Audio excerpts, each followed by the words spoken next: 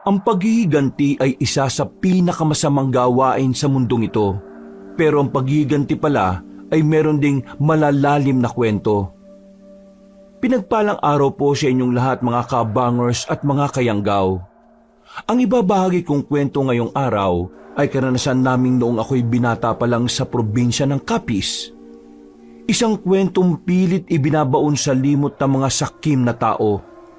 At ang kwentong ito ang nagpapatunay na ang taong hindi marunong makontento ay ang taong magdadala ng sarili niyang kapahamakan sa hinaharap. Ako po si Agwa. Kabanong, mga kabangers at mga kayanggaw, ito ang aking kwento.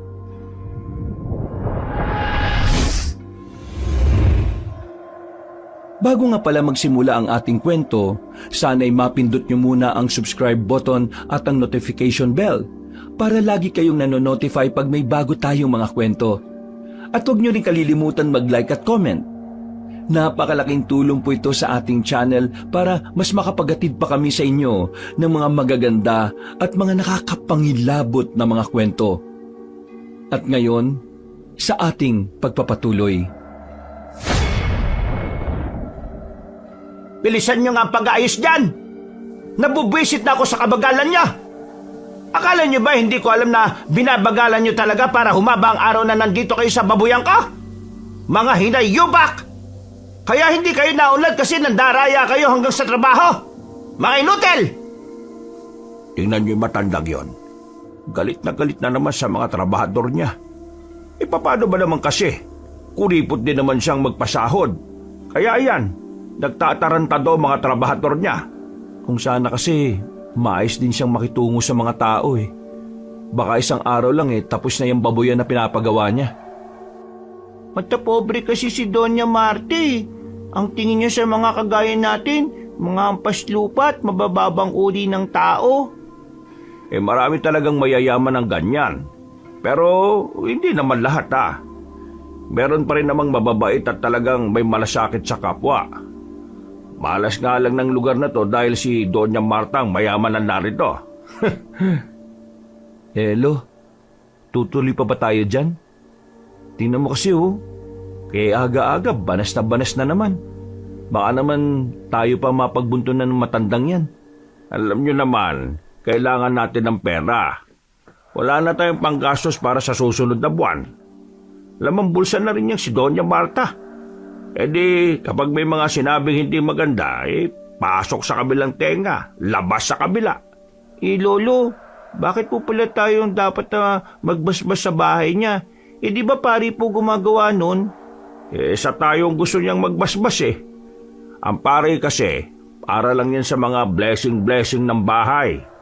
Tayo mga albularyo, pwedeng kada buwan binabasbasan natin ang isang bahay para lumayas yung mga masasamang elemento na naninirahan. Pero nakakapagtaka rin si Doña Marta no? Karamihan kasi sa mayayaman na nakilala ko, hindi naniniwala sa trabaho natin. Pero siya, ramdam kong pinagkakatiwalaan niya tayo Kaya nga yun ang sasamantalahin natin. Habang pinagkakatiwalaan niya pa tayo, gagawin natin ang tamang gusto niya. May malay mo matuwa. Tayo ulit ang kunin sa susunod na buwan o taon. Naglakad na lang kaming tatlo papalapit sa babuyan ni Doña Marta Cabanong. At naroon siya para magmasid sa mga trabahador. Nang makita niya kami, ay padabog niyang binitiwan ng hawak-hawak niyang pamalo. Napatingin agad siya sa kasama naming bata na si Angelito. At bakit nagsama pa kayo ng bata, ha, Apostol? Doña Marta, yan po si Angelito. Kasama ko talaga yan sa mga lakad ko kasi isa rin siyang albularyo. Tumutulong din siya sa akin kapag meron kaming ginagamot. Bata? Albularyo? Ilang taon na ba yan? 10 taon na po ako. Bumuntong hininga si Doña Marta. Baka sa mukha niya ang pagkairita. Akala namin ay hindi niya papayagang sumama si Angelito. Pero sa huli ay hindi pa rin siya umangal. Nauna siyang naglakad at sumunod naman kami sa kanya. Walking distance lang din naman ang distansya ng babuyan niya sa mismong mansyon niya. Bago kami nakapasok sa loob, Nadaanan na muna namin ang isang mahabang hallway na kung saan may mga gwardyang nagbabantay. Hindi ko maiwasang hindi mamangha. Yung kasi ang unang pagkakataon na nakapunta ako sa ganoong kalaking bahay. Lo, grabe. Ang laki pala talaga ng bahay ni Doña Marta. Kaya kapag nandun tayo sa atin, tanaw na tanaw eh. Huwag ka maingay. Ayaw ni Doña Marta na pinag-uusapan ng bahay niya. Ho? Bakit naman? Ay ba hindi ko rin alam. Hindi nagtagal ay nakarating na rin kami sa loob mismo ng mansyon. May mga paliwanag lang si Doña Marta sa amin. Marami siyang sinabi sa amin na bawal hawakan. At habang sinasabi niya yun, ay nakatingin pa siya kay Angelito. Matapos ang sandaling usapan, sinimulan na rin namin ang pagbabasbas. Inilabas na namin ang libro kung saan naroon nakalagay lahat ng mga padasal. Kasunod naman ay ang libro na kulay pula na kung saan ay nilalaman naman ito ang mga ritual na mas lalong magpapalakas na magandang atmosfera sa loob ng bahay. Bandang tanghali na kami natapos. Nakaupo lang kami sa sofa habang naghihintay sa pagbabalik ni Doña Marta dahil meron itong pinuntahan. Lolo, naiihi po ako. Magpasama ka na lang sa kasambahay. Samahan mo nga na lang kaya. Tinatamad ako eh. Lolo, ako na lang po. Magpapaalam na lang po ko sa kasambahay. O siya, sige. Yung sinabi ni Doña Marta kanina ha, wag na wag kang hahawak sa mga bagay na ayaw niyang pahawakan. Naintindihan mo ba? Opo. Naintindihan ko po. Hindi naman po mahina utak ko eh. Diyos kong bata to. Apakayabang. O sige na, umihi ka na't baka magkalat ka pa rito. Nagmamadaling naglakad si Angelito papunta sa mga kasambahay. Nakita naman naming sinamahan siya ng isang babae. Habang naghihintay kami ni Lolo, biglang may binuksang usapan si Lolo na hindi niya magawang sabihin sa akin nung kasama namin si Doña Marta. Agwa, meron akong nararamdamang kakaiba sa mansyon na ito na hindi ko lang matukoy kung ano. Anong ibig niyo sabihin, Lo? Parang may negatibong enerhiya akong nararamdaman eh.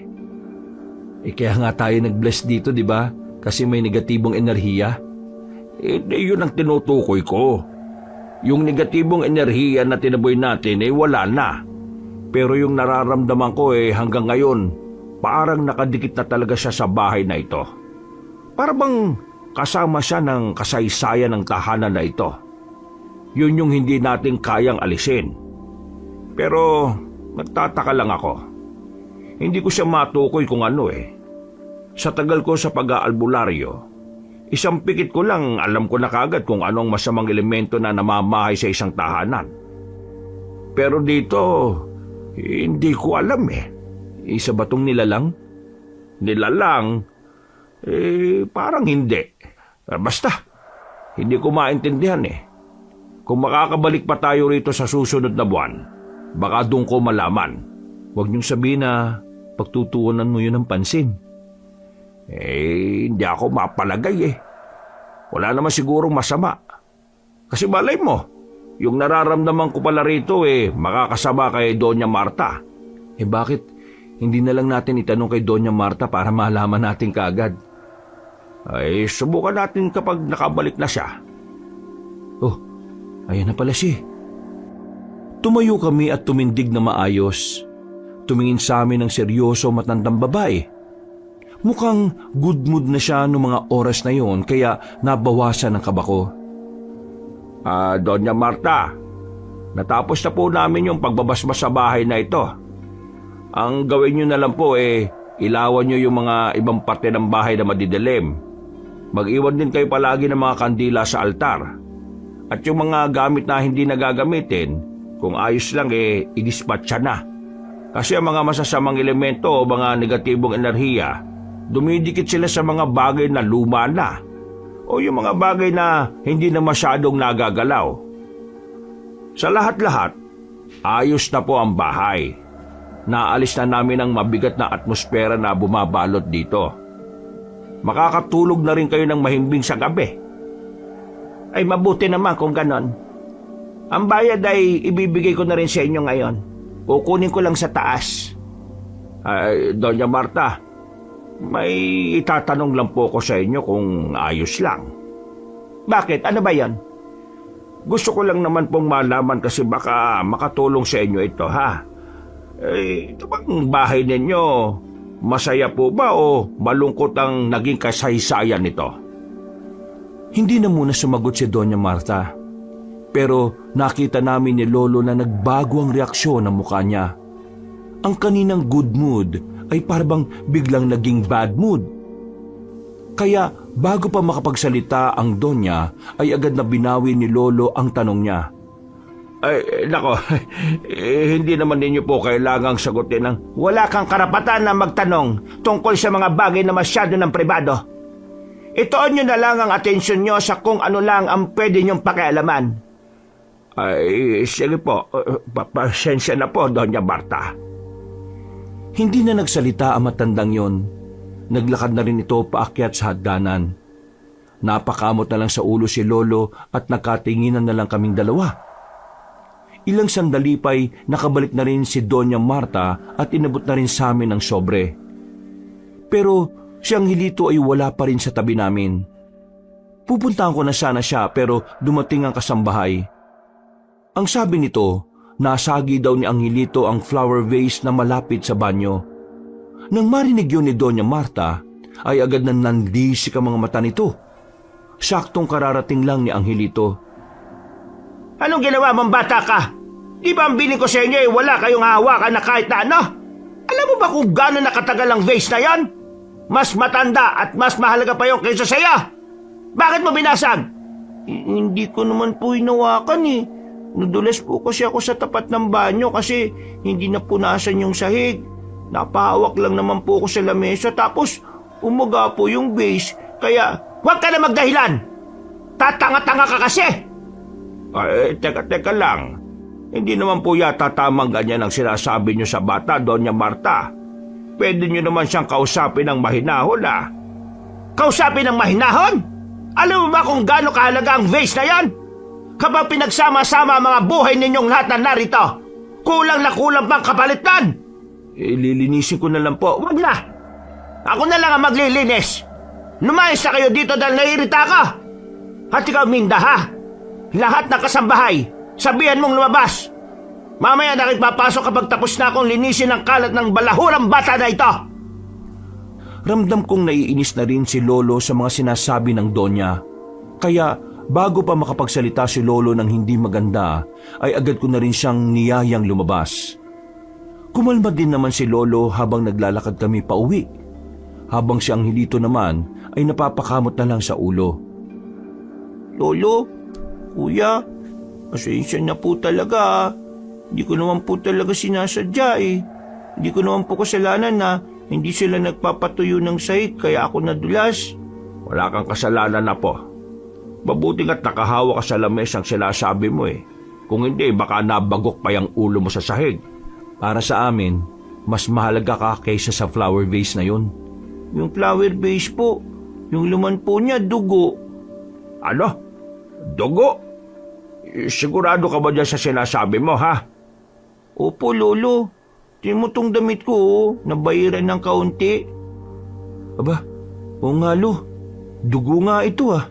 Siguro po, may tinatagong sikreto si Doña Marta. Kasi ayaw niyang ipalinis sa iba yun, eh.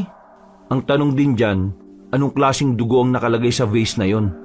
Ang sabi po ng kasambay sa akin, matagal na raw po yung vase na yun doon. Hindi raw po pinapalitan ng laman kasi ayaw ipagalaw ng Donya yon. Ibig sabihin, yung dugong nakalagay dun matagal na rin. Paano nangyari yun dapat natutuyo na yun kung taon na rin yung binibilang. Meron dugo na hindi natutuyo, mga apo. Dugo na hindi natutuyo? May dugo bang ganun ng mga tao, Lolo? Hindi naman tao ang ibig ko sabihin di alien? Alien ang pinagsasasabi mo. Puro ko talaga kalokohan na po. Ano nga yun, Lo? Nung binata pa lang ako, pinag-aaralan namin sa pag-aalbularyo ang iba't ibang uri ng dugo. Parte kasi yun sa sinasagawa naming pag-aalay sa mga elemento noon. Dapat, Alam mo mga uri ng dugo bago ka makapagsagawa ng isang pag-aalay. Doon ko natutunan na merong 2 uri ng dugo na hindi natutuyo kahit ilang taon pa lumipas. At ang una nito ay ang dugo ng tikbalang. Pinaniniwalaan ng dugo ng tikbalang ay hindi natutuyo basta-basta. Ang isang patak, tumatagal lang halos 1 buwan bago matuyo. Pero kapag pinagsama-sama mo ang dugo sa iisang lalagyan, hindi na sila natutuyo. Mahirap makapatay ng tikbalang kaya yung tungkol sa dugo niya, kakaunting albularyo pa lang ang nakakapagpatunay nun. Ang pangalawang dugo ay ang dugo ng aswang. Ito talaga, subok na. Marami na kasing nakapatay ng aswang kaya alam na mga albularyo na ang dugo ng aswang ay hindi natutuyo. Kahit na isala mo pa sa nagbabagang apoy. Ibig sabihin, malaki ang posibilidad na ang laman ng flower vase na yun dugo ng aswang? Malaki talaga ang tsansa na tama ang sinasabi mo. Pero hindi pa rin natin dapat isantabi na pwedeng dugo rin yun ng tikbalang. Ang pinakadapat nating isipin dito, para saan ang dugo na yon? Anong papel nun sa bahay ni Doña Marta?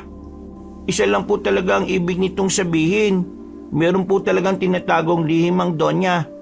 Kailangan natin malaman yun, Lo. Hindi.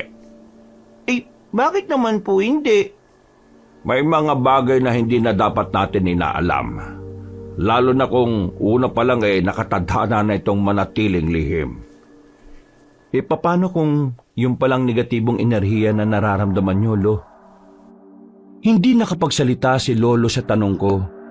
Nakita kong napaisip din siya sa tanong ko na yun. Hanggang sa makabalik na kami sa bahay. Kapansin-pansin pa rin ang pagiging tahimik niya. Lo, kanina ka pa parang malalim ang iniisip ah. Ayos ka lang ba? Kahit kailan talaga. Ang dali mong makabasa ng tao, no? Lo naman, halatang halata kasing hindi ka okay eh. Iniisip mo pa rin ba yung nangyari kanina? Iniisip ko lang yung tungkol sa dugo. Pakiramdam mo ba dugo ng aswang yon? Oo Pero hindi ko maintindihan. Anong meron sa dugo ng aswang? At matagal nang walang aswang dito sa Capiz. Paano siya nakakuha ng ganon? Paano kung yung dugo na yun galing pa sa panahon kung saan may mga aswang na nandito sa atin? Hindi ba nga hindi naman natutuyo yun? Pwede rin. Tingin ko, para matahimik yung kalooban mo, kailangan nating malaman kung para saan yung dugo. Tama si Angelito May tinatago ang Donya. Sa totoo lang, gusto ko rin namang tuklasin ang tungkol doon. Pero ang dami pa nating lalakarin. Marami tayong kliyente ngayong buwan Masasayang ang oras natin doon wala naman tayong kikitain sa kung ano man ang lihim niya. Basta kapag nagbago ang isip nyo, magsabi lang kayo sa amin ni Angelito Teka nga, nasan nga ba yung batang yun at bakit wala na naman dito? Nagpunta sa mga kaibigan niya. Niya ako na muna maglaro para naman maranasan niya yung pagiging bata. Ay nako, yung pinsang mong yan, masyadong advance ang utak niyan. Hindi naman natin siya pinilit na maging kagaya natin, hindi ba? Pero tadhana na siguro talaga ang nagtulak sa kanya para maging albularyo din. Ano ba yung balita sa mga magulang ni Angelito? Si Raulo tsuhin mo Naalaman kasi niya na tayo nang nag-aalaga kay Angelito. Kaya yun, wala nang balak umuwi ng Pilipinas. Ang mama naman niya, dadalawin si Angelito sa susunod na taon. Pero wala namang paramdam ngayon. Ay nako, ewan ko ba? Naawa nga ako sa batang yun Dapat kasi iba na lang ang naging magulang niya. Ang mahalaga nandito naman tayo para sa kanya. Hindi niya nararamdaman na nag-iisa siya. Ay, tama ka naman dyan. Ang mabuti pa po, pagtimpla mo na lang ako ng tsaa. Medyo makati ang lalamunan ko Yung may luya Sige po, Lo. Agad kong inasikaso ang tsaa ni Lolo sa kusina namin. Maya-maya pa, dumating si Angelito. Akala namin ay meron na namang kaaway. Yung pala, may daladala siyang masamang balita. Lolo, kuya, may natagpuan pong bangkay dun sa ilog oh. Pugot po ang ulo niya eh. Putik. Totoo ba? Oo kuya, kahit sumama ka pa sa akin. Ay, teka. Hintayin niyo ako. Tatlo kaming nagtungo sa ilog na malapit lang din naman sa amin. Pagdating namin, marami ng tao sa tulay. Nakatingin ang lahat sa tubig kung saan naroon ang bangkay. Dahil sa lakas ng ilaw ng mga barangay tanod, nakita namin ang bangkay ng isang lalaki na nakabara sa mga batuhan. Wala ng ulo. Lo, parang ngayon lang nangyari tong ganito sa atin ha. Hindi kaya kagagawa na naman yan ng mga rebelde? Rebelde? Bakit? Paano mong nasabing sila ang may gawa niyan? Eh sila lang naman ang namumugot ng ulo kapag meron silang gustong parusahan eh. Narinig ko po kanina, tindero lang po ng kakanin yung biktima. Naging palaispan pa rin para sa amin ang nangyari. Nagkaroon naman agad ng mga haka-haka sa aming baryo. Pero karamihan talaga sa mga nagsasabi ay baka rebelde talaga ang pumugot sa ulo ng kawawang biktima. Makalipas pa ang isang linggo, mas lalo kaming naging abala sa mga kliyente namin. Halo-halo ang naging aktibidades namin ni Lolo. Merong mga nagpahilot, nagpatawas at nagpalayas din kami ng mga masamang espiritu sa katawan ng isang babae. Sa dami ng nagawa namin sa mga nagdaang araw, nagkaroon na rin kami ng pondo para sa panggastos namin. Kahit na papaano, hindi na kami nababahala sa mga susunod na buwan. Isang hapon, habang abala kong naglalaga ng halamang gamot na daladala ng lolo namin, biglang may dumating na magandang babae. Akala ko nung una ay nagkakamali lang siya ng bahay na pinuntahan, pero binanggit niya ang pangalan ng lolo namin. Magandang hapon. Narito po ba si mga apostol? Bakit po? Ano pong kailangan niyo sa lolo ko? Kung narito siya, pwede ba makausap ko siya? Angelito, tawagin mo nga si lolo sa loob. Ate, ang ganda niyo naman po. Uy, bilisan mo na. Tinawag naman agad ni Angelito ang lolo namin. Wala pang isang minuto ay lumabas na kagad si lolo at nanlaki pa mga mata nito nang makilala ang nasa labas. Umarko naman ang ngiti ng babae. Oh, senyorita, ano pong ginagawa niyo dito? Napadalaw po kayo. Kilala niyo po pala siya, lo? Apo ni Doña Marta yan. Nung bata pa yan, yung mga magulang niya ako palagi ang tinatawag kapag nakakasakit yan. Kaso nung edad 12 na yata yan umalis na sila rito sa Capiz. Nakakatuwa naman po, naalala niyo pa pala yung mga bagay na yon. Sino bang makakalimot? Ang babait kasi ng mga magulang mo. Ay, siya nga pala. May kailangan ka ba?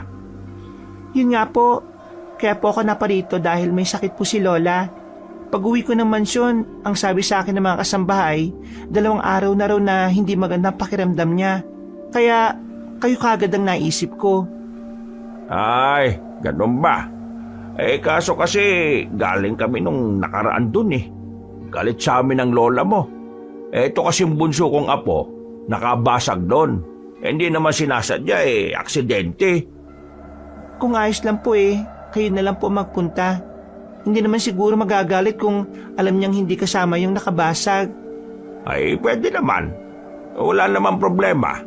Marami pong salamat Gusto ko lang pong malaman kung anong nangyari kay Lola. Ayaw din naman niya kasing magpadala sa doktor.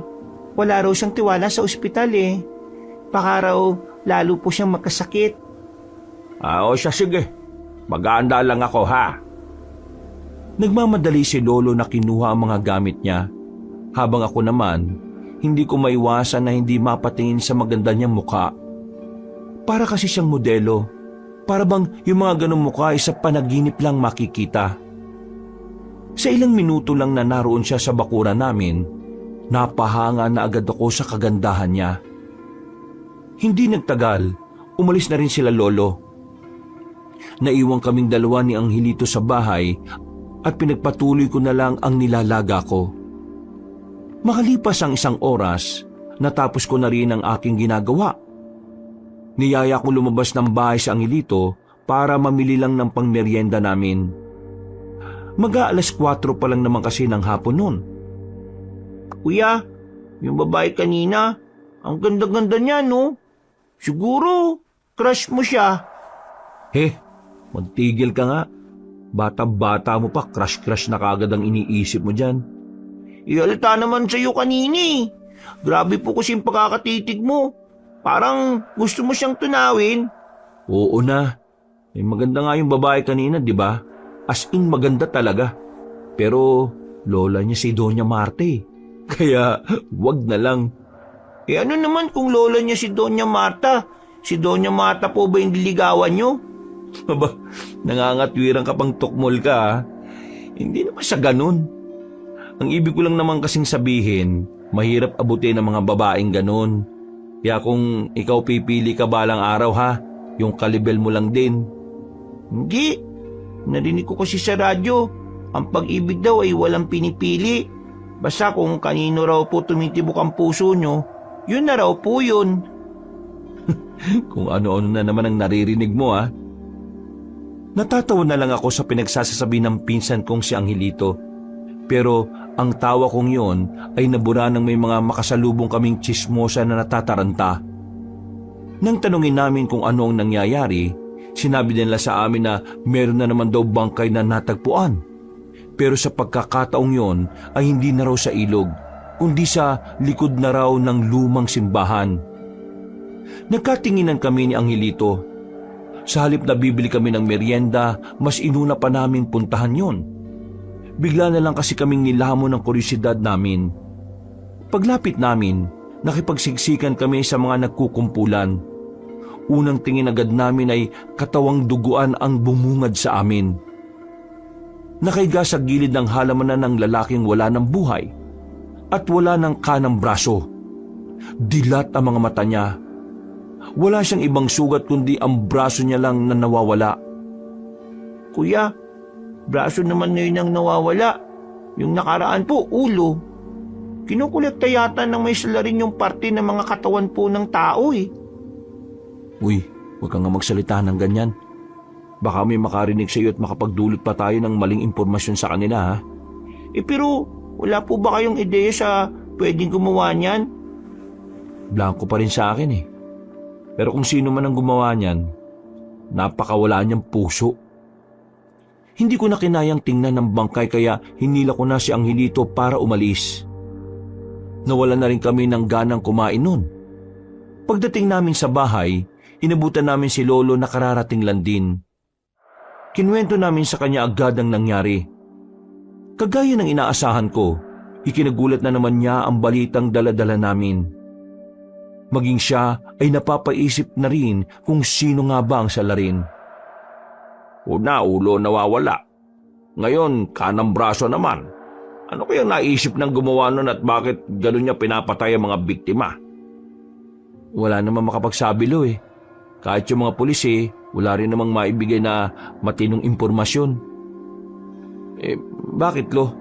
Mukha yatang may iba kayong iniisip ah. Ha? Ay, wala naman. Ayos lang naman ako. Ano nga palang nangyari sa lakad nyo? Ayos na bang pakiramdam ni Doña Marta? Wala namang malalang problema kay Doña Marta. Masyado lang siyang pagod. Pinainom ko na lang naman ng herbal at pinayuhan ko rin na magpahinga. Magiging ayos na rin siya mamaya o bukas. Yan lang talaga? Bakit parang hindi ka okay? Paano? Naglibot ako sa mansyon, Agwa. Yung vase na nabasag ni Angelito, marami pang ganun sa ibang parte ng bahay.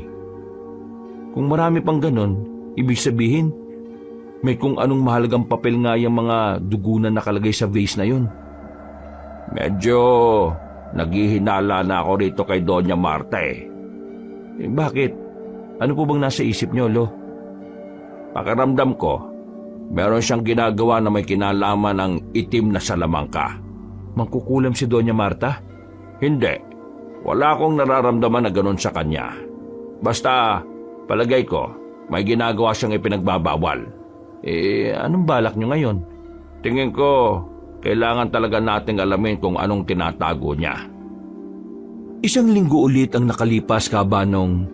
Sa mga nagdaang araw, wala kaming ibang ginawa kundi ang magmasid sa mansyon.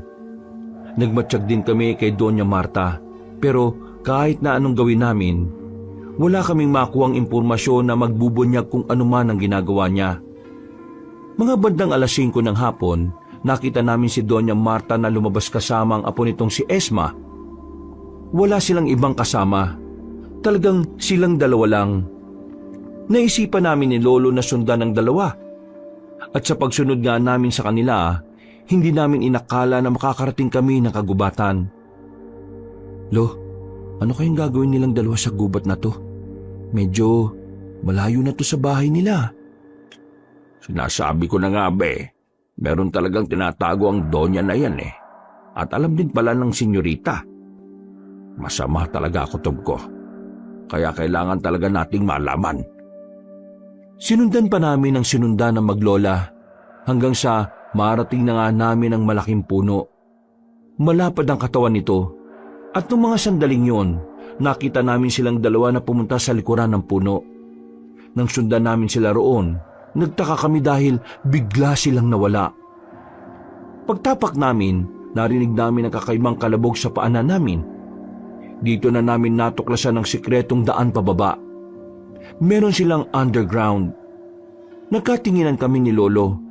Sabay na tumango bilang pagsang-ayon na pasukin ang lagusan na yon.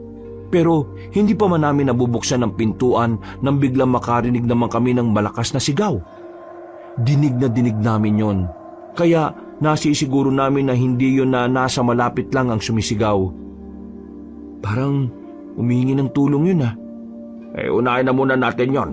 Mababalikan naman natin to. Nagmamadali na kaming pinuntahan ang kinaroroonan ng sumigaw. Nang maabutan namin ang lalaking biktima ay naghihingalo na siya. Wala na ang kaliwang braso niya. Sinusubukan ng lalaki na makapagsalita pero ilang segundo lang, bigla na lang siyang nangisay hanggang sa tuluyan na itong malagutan ng hininga. Nandito lang gumawa niyan. Tara, hanapin natin. Sinuyod namin ang kagubatan. Meron kaming nakitang bakas na mga patak ng dugo. Sinubukan naming sundan ang direksyon noon pero natigil ang mga bakas sa kalagitnaan ng sagingan. Pero hindi pa rin kami tumigil. Nagiwalay na kami ng landas ng lolo ko. Pero wala na kaming nakitang salarin. Inabot na nga kami ng dilim sa gubat. Ang bilis na wala ng salarin, Lo. Hindi yata tao yung gumawa nun sa lalaki. Oo, yun rin ang hinala ko, hindi tao. At merong pattern kung paano siya pumatay. Anong ibig niyo sabihin, Lo? May ideya ka na ba? Isang tao lang ang makakakumpirma ng mga naisip ko. Si Dodong. Nilisan namin ang kagubatan. Hindi na namin nabalikan pa ang bangkay. Hinayaan na lang namin na iba ang makatuklas kaysa kami pa ang mapagbintangan. Yung lagusan naman na pinasukan ng maglola, isinantabi na lang muna namin. Mas inuna namin puntahan ang kakilala ni Lolo na binatang albularyo. Alas 10 na ng gabi nang makarating kami sa kabilang baryo. Sa bakuran pa lang ay nakita na kami ng lalaking yun. Hindi ko siya kilala. Ni minsan ay hindi nagtagpo ang landas namin. Pero base sa kung papaano sila mag-usap ng lolo ko, ay parang matagal na silang magkakilala. Oh, long time no see mga pustol. Ano't napadpad ka rito at may kasama ka pang alalay Hindi ko alalay yan, apo ko yan. Isa ring albularyo. Oh, kinagagalak ko makilala ka pre. Ay, Dodo nga pala pangalan ko. Agwa naman ang pangalan ko. Wow, Agwa. Kaano-ano mo si Vendetta? Hindi kami nagpunta rito para makipagbiruan, Dodong. May malaga kaming gustong malaman. At tingin ko ikaw lang ang makapagbibigay sa amin ng impormasyon na yon. Aba, mukhang seryosong bagay na ang pag-uusapan natin O sige, maupo kayo. Ihatid ko sa inyo ang masarap na kape. Sandaling umalis ang lalaking si Dodong. Naiwang kami sa bakuran. Naupo sa harapan ng mahabang lamesa na yari sa kawayan. Si Dodong, anak ng kumpare ko yan. Nung nabubuhay pa ang kumpare ko madalas ako rito. Bata pa yun si Dodong, makulit na noon pa. Hanggang ngayon naman Siya na ngayon ang nagmana ng pagiging albularyo ng ama niya. Mabait naman yan kaso makulit lang talaga madalas. Mukhang namang magkakasundo kaming dalawa eh. Oh, ito na ang masarap na kape. Ang bilis ko magtimpla, di ba? Ngayon, anong pag-uusapan natin? Nung kasama ko pang tatay mo, meron siyang binanggit sa akin na isang pamamaraan ng pag-aalay para buhayin ng isang nilalang na namayapa na. Hindi ko na maalala ang tawag doon eh. Pero pagkakaalala ko, kailangan ng iba't ibang parte ng katawan ng tao. Pagkakabit-kabitin bago ito lagyan ng malakas na ritual. Nabanggit ba sa'yo ng tatay mo kung ano yon? Alam ko yan. Dugtong buhay ang tawag dyan nila tatay. Dugtong buhay? Oo nga, tama. Naalala ko na. Bakit bigla ka nagkaroon ng interes sa dugtong buhay? Alam mo naman siguro na mga gumagawa lang nun kampo ng kadiliman. Sinong bubuhayin nyo? Si Raulo, hindi kami. Merong iba na gustong gawin ng dugtong buhay. Nitong mga nakarang araw sa amin, may sunod-sunod na pagpatay na nangyayari. Yung una, may pinugutan ng ulo. Pangalawa, kanang braso naman ang nawawala. At sa pangatlong biktima, yung kaliwang braso naman ang kinuha. Wala kaming mahanap na salarin. May ideya na ako kung anong ginagawa nun. Pero gusto kong marinig mula sa'yo para makumpirma. Aswang. Aswang ang gumagawa niyan. Ang aswang din naman ang nagpauso niyan eh. Ayon kay tatay. Ginagawa yan ng mga aswang kapag meron silang gustong buhayin na malakas na aswang. Marami silang gumagawa niyan. Isang grupo. O baka nga higit pa eh. Ibang grupo ng mga pumapatay para kumulekta ng parte ng katawan. Iba rin naman ang nagre-ritual. Lahat ng bibiktimahin nila ay yung mga taong may masamang pag-uugali. Basta lahat ng taong marami ng ginagawang kasamaan o kaya naman yung mga taong pasuko na sa buhay. Ang negatibong enerhiya kasi na daladala ng taong yun ang mas lalo magpapalakas sa ritual. Sa oras na makumpleto na nila ang parte ng mga katawan, sisimulan na nila ang ritual. Padali na lang ang ritual lalo na kapag yung mga magsasagawa talagang mga biyasang aswang din. Kung iniisip nyo na aswang ang pumapatay sa mga biktima, hindi kayo nagkakamali. Wala namang ibang nilalang ang magsasagawa ng dugtong buhay mga aswang lang. Ibig sabihin, meron pa pala talagang aswang dito sa Capiz? Nakakagulat din kaya yan para sa akin kasi matagal nang alam ng lahat na wala na sila. Ibig sabihin lang nito, napakagaling nilang itago ang sarili nila. Naku, seryosong problema pala to. May nasabi ba si kumpare kung paano ko kontrahin ang ritual? Wala eh. Ang sinabi lang niya, para mapigilan ng dugtong buhay, kailangan yung pigilan yung mga aswang na nangungulekta ng parte-parte ng katawan ng tao. Isang linggo ang pagitan ng pangungulekta nila. Kung mapipigilan yung susunod at wala sila mabibiktima, masisira ang pattern nila. Babalik sila sa umpisa. 6 na linggo kasi ang kailangan nila eh. Kung nakakatatlo na sila, nakakatatlong linggo na rin ang nakakalipas. May 3 linggo pang natitira. Ang natitira nilang kukunin sa katawan ng tao binti na kaliwa at kanan. At ang huli, yung pinakakatawan. Mas pinakamahalagang mapigilan nyo yung pinakahuli dahil yun ang sentro. Sigurado ka bang huli nilang kukunin yung pinakakatawan ng tao? Paano kapag bigla silang nag-iba ng pattern? Sabi ni Papa, hindi sila nagbabago ng pattern eh. Ilang beses na ginawa na ng mga aswang to nung panahon pa ng Kastila. Palaging pinakakatawan ng tao nahuhuli. Kailangan kong pagandaan ng mga aswang na ito. Ang tanong dyan, kakayanin niyo bang kayo lang? Nasabi ko naman kanina, di ba? Maraming aswang nagtutulong-tulong para isagawa ang dugtong buhay. At karamihan sa mga yon, matatanda na. At ang matatandang aswang ang pinakamahirap kalabanin. Kaya nga kailangan namin ng tulong ng ibang albularyo. Kasama ka na ron. Meron akong alam na mutya na malakas na panlaban sa mga aswang. Mutya? Yung nagtataglay ng kakaibang kapangyarihan? Mismo! Saan naman namin makikita ang mutya na yan? Hawak ko yung isa kong kakilala na albularyo din. Pero sa hindi maipaliwanag na dahilan, hindi niya yun magamit eh. Susubukan natin na baka kayo ang pwede makagamit nun. Kaya bukas ng umaga, puntahan ka agad natin. Sigurado ka bang matutulungan tayo ng mutya na sinasabi mo? Alam mo naman siguro nung nakaraang taon, maraming mutya ang naglabasan na hindi naman pala gumagana. Gumagana ang mutya na sinasabi ko. Kaso, minsan na rin nabanggit sa akin ng tatay ko yun. Ang mutya na galing mismo sa katawan ng sinaunang albularyo. Kahit matagal na si Lolo sa pagiging albularyo, hindi niya alam ang tungkol sa mutya na sinasabi ni Dodong. Ganun pa man, pinagkatiwalaan namin siya sa sinabi niya. Matapos namin makuha ang impormasyon na kailangan namin, ay umalis na rin kami. Umuwi na lang muna kami sa bahay. Inabutan naming natutulog na si Angelito. Sandali pa kaming tumambay ni Lolo sa bakuran. Napapaisip kung ano ang gagawin. Kahit hindi pa naman kami direktang naapektuhan ng ginagawa ng mga aswang, ramdam naming obligasyon namin na protektahan ng mga nasa baryo. Kinabukasan ng umaga, isinama na namin si Angelito sa lakad namin dahil walang magbabantay sa kanya. Pinuntahan namin si Dodong at pagkatapos ay sabay-sabay kaming lumarga gamit ang kanyang tricycle. Hindi naman kalayuan ang binyahe namin kaya 8:00 pa lang ng umaga ay narating na rin ng bahay ng sinasabi ni Dodong na kakilala niya. Rogelio! Long time no see ah! Anong ginagawa mo rito? Yan talaga bungad mo? Wala bang good morning man lang? Anong good morning eh? Alam ko naman na papasyal ka lang dito kapag may kailangan ka.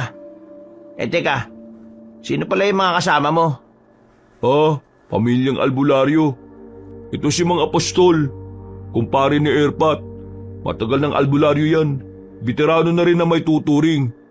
Ito naman si Agua, apo niya. At itong batang ito, si Angelito. Pati itong batang to, albularyo?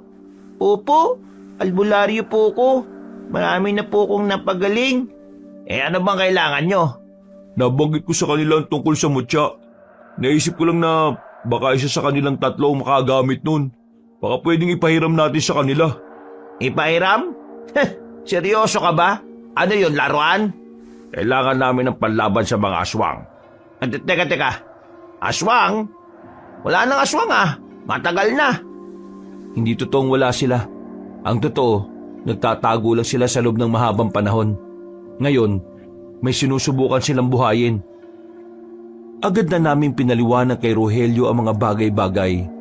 Matapos mailatag sa kanya ang mga nangyayari, kalaunan ay naniwala na rin naman siya na totoong buhay pa ang mga aswang.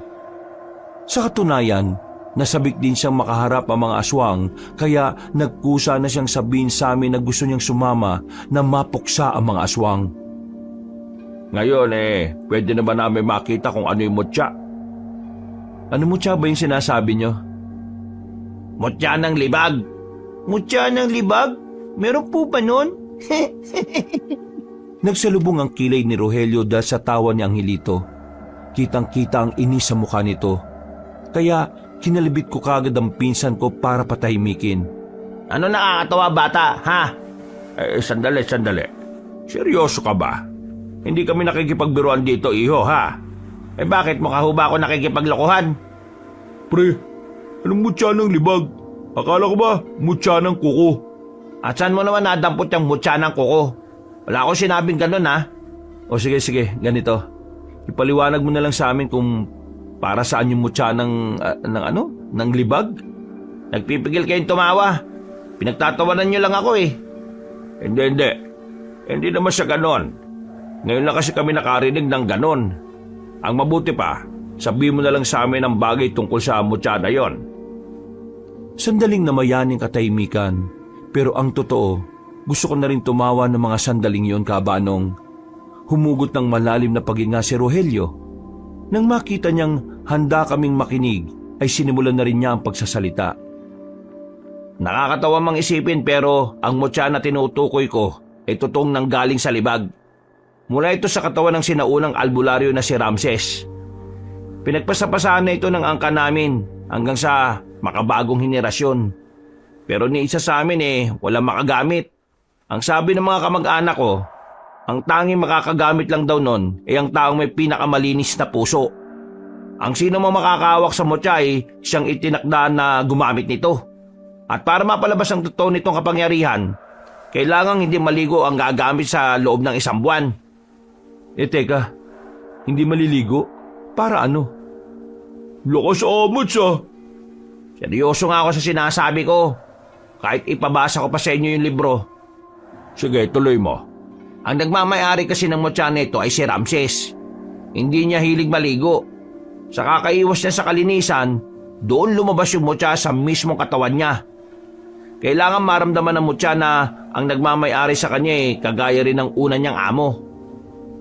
Hindi rin ba kayo naligo ng 1 buwan nung sinubukan yung gamitin yon? Oo, kaso hindi namin mapagana sa hindi maalamang dahilan Busilak din naman ang puso namin, pero hindi ko alam kung bakit ayaw gumana. Sige, ipakita mo sa amin yung mutya ng libag. Sandaling umalis si Rogelio at sa kanyang pagbabalik, daladala na niya ang isang garapon. Nasa loob ng garapon na yun ay ang binilog na libag na halos kasing laki ng holen. Niligay ni Rogelio ang mutya sa palad niya, pero nakita na lang namin na biglang dumudugo na ang dalawa niyang ilong. Nakaramdam din siya ng pagkahilo kaya nag-alala na kami sa kanya. Agad niyang binitiwan ang mutya at nilagay muna sa lamesa. Hindi ko talaga kaya. Anong nangyari? Kapag hindi ikaw ang gustong piliin ng mutya, makakaramdam ka ng hilo kapag ginawa ka mo siya. Dudugo ang ilong mo at lalamigin ka. E paano malalaman na ikaw ang pinili ng mutya na yan? Hindi ko rin alam Ang sabi lang sa akin ng matatanda, kailangan busilak ang puso ng taong kanyang pipiliin. Sinimulan na naming alamin kung sino sa aming 4 ang pipiliin ng mutya. Nauna si Dodong, pero sa kasamaang palad ay dumugulang din ang ilong niya. Sumunod naman si Lolo. Hindi pa nagtatagal ang mutya sa kamay niya ay nakaramdam na rin siya ng pagkahilo. Ako na ang sumunod nun. Kinakabahan ako. Hindi dahil ayaw kong maranasan din ni Angelito ang pagkahilo, kundi dahil baka mamaya ay wala na sa aming 3 ang magmamay-ari sa kanya. Huminga na muna ako ng malalim at saka kinuha ang mutya. Nilapag ko sa palad ko. Nagbilang kami ng umabot na 1 minuto.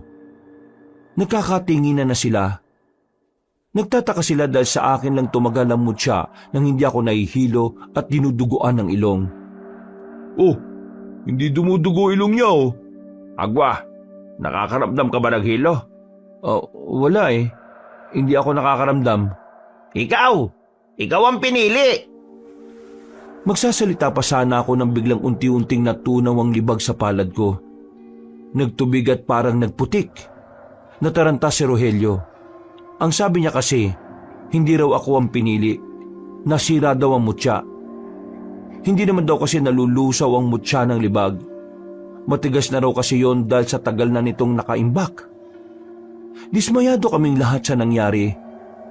Buong akala namin ay hindi na mapapakinabangan ang sinasabing mutya. Napapakamot na lang din sa ulo si Rogelio. Wala ka bang ibang ginawa kaya nalusaw yung mutya ng libag? Wala. Nakita mo naman, di ba? Hawak-hawak ko lang siya sa palad ko. Hindi kaya wala naman talagang kapangyarihan ng libag na yun?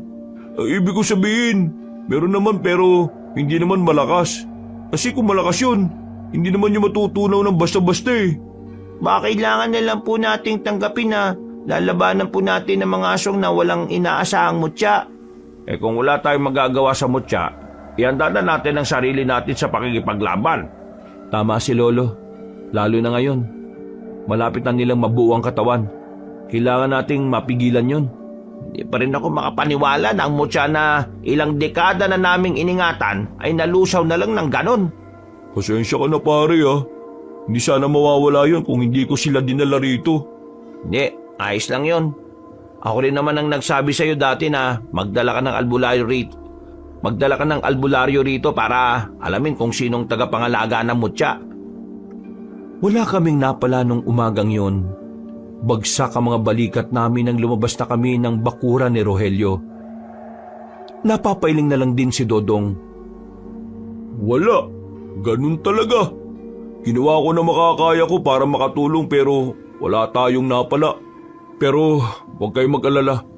Kahit walang mutya, kasama niyo pa rin naman ako sa laban malaking perwisyo ang gagawin ng mga aswang na yun kaya hindi ko hahayaan kayo lang. Maraming salamat ha. Kontakin na lang kita ulit para sa mga bagay-bagay. Sumakay na rin kami sa tricycle.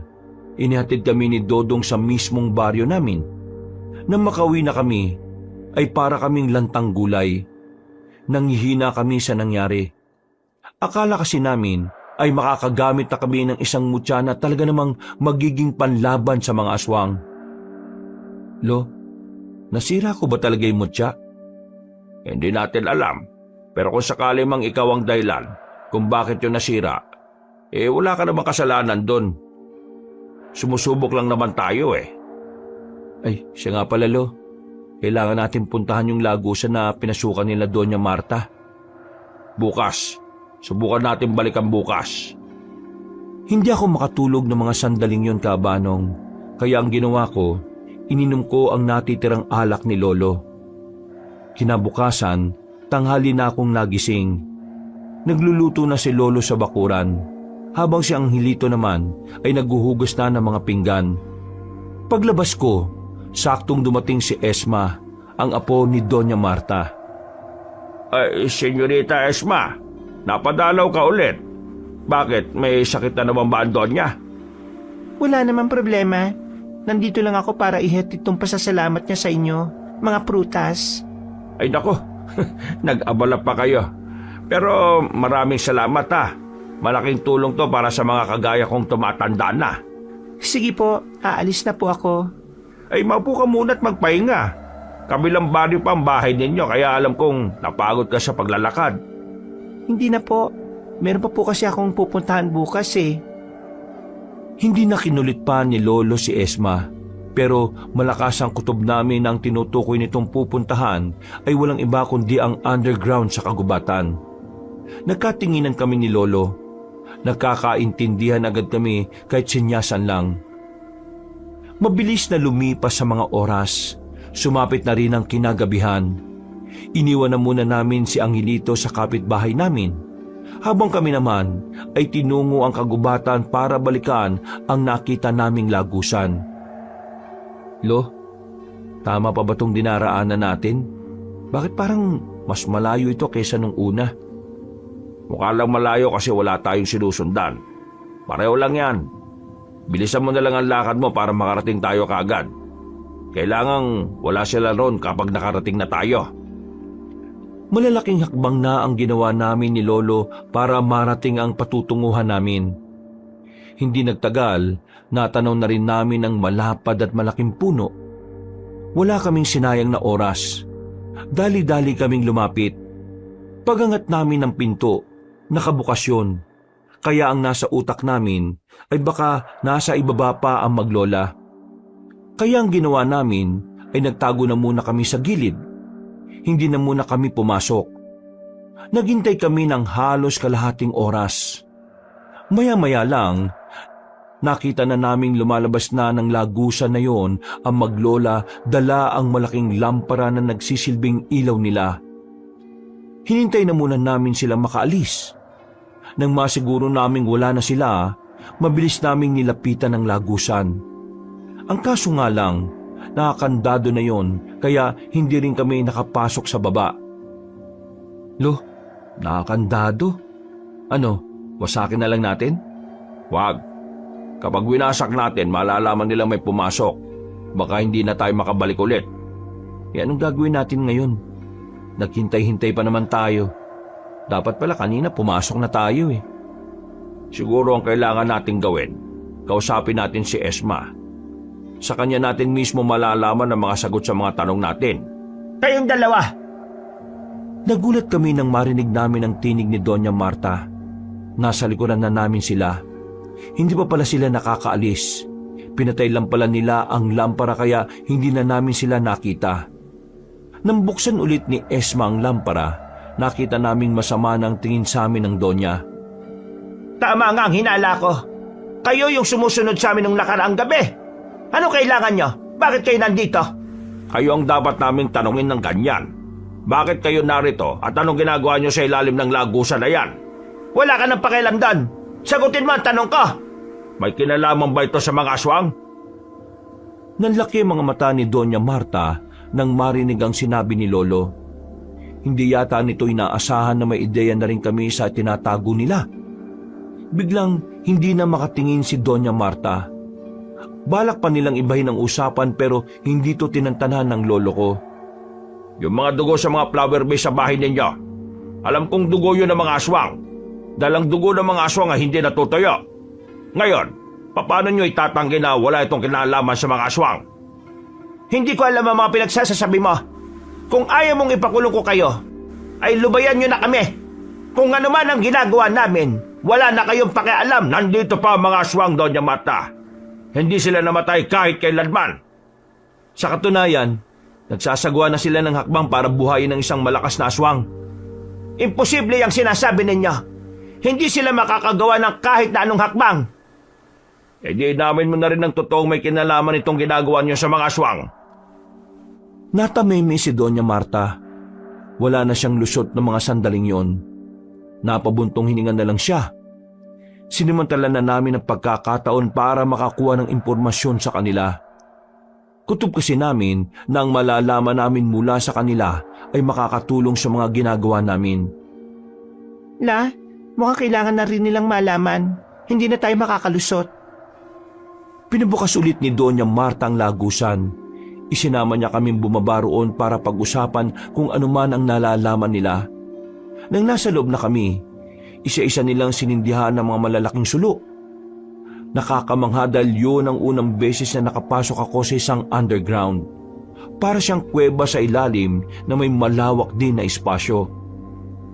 Para saan ka namin ay sagradong lugar na ito? Kung ano man ang malalaman nyo ngayon, makakaasa ba kung hindi ito makakarating sa iba?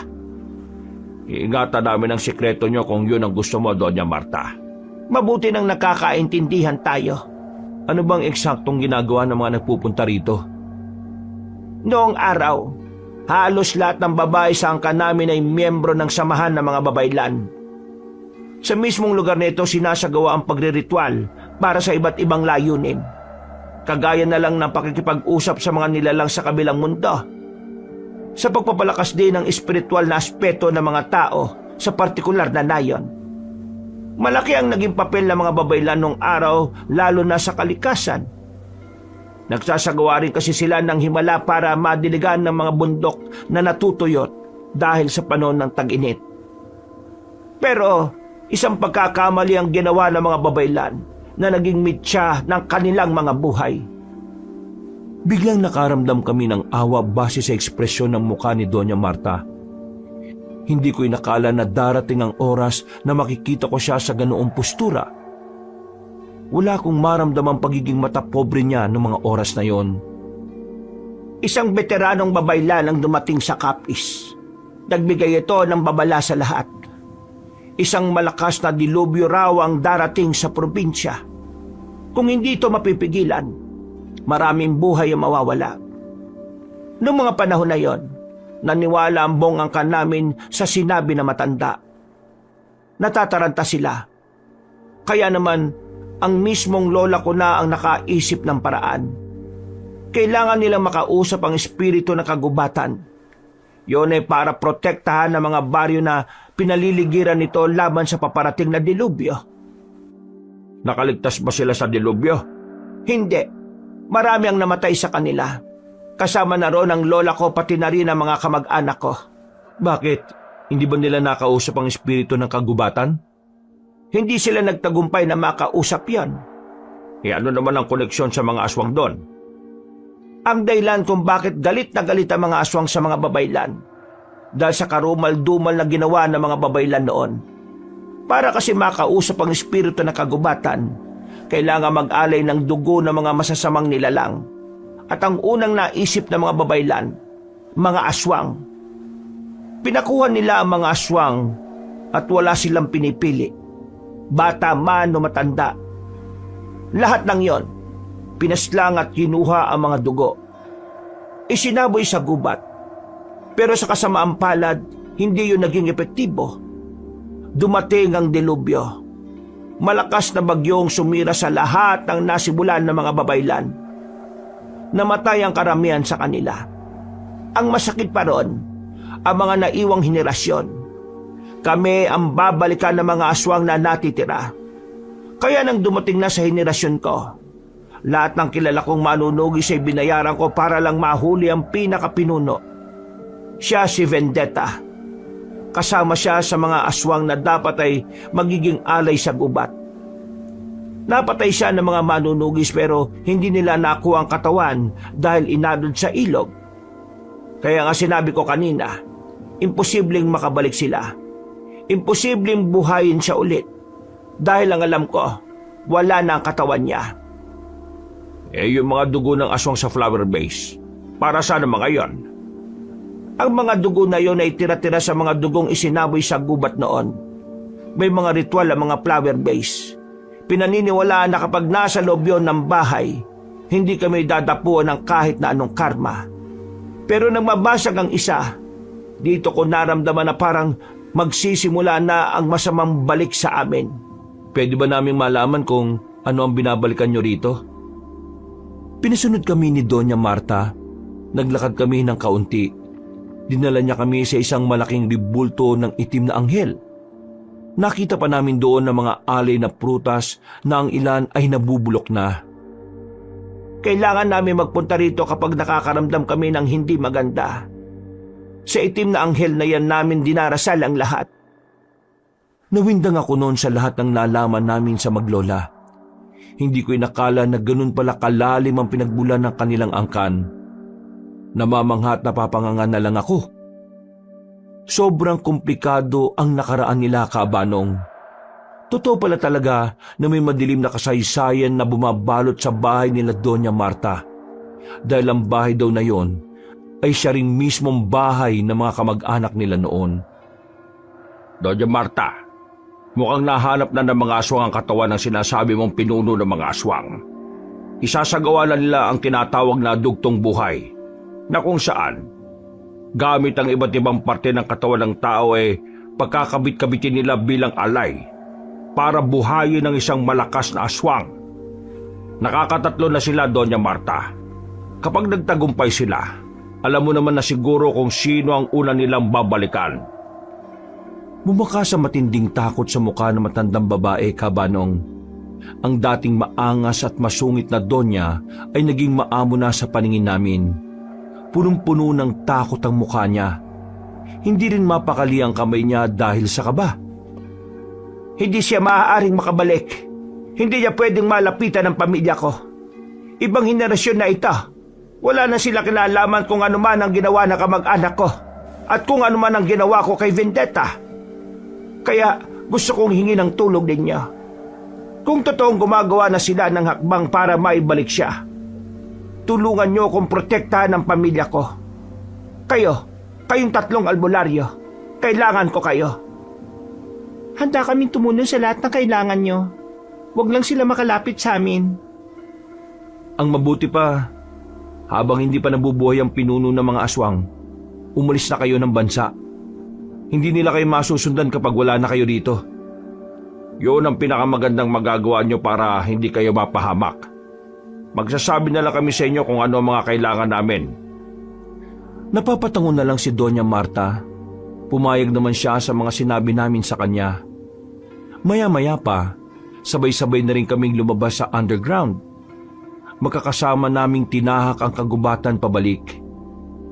Agwa, alam kong nagulat ka sa mga revelasyon ng pamilya namin.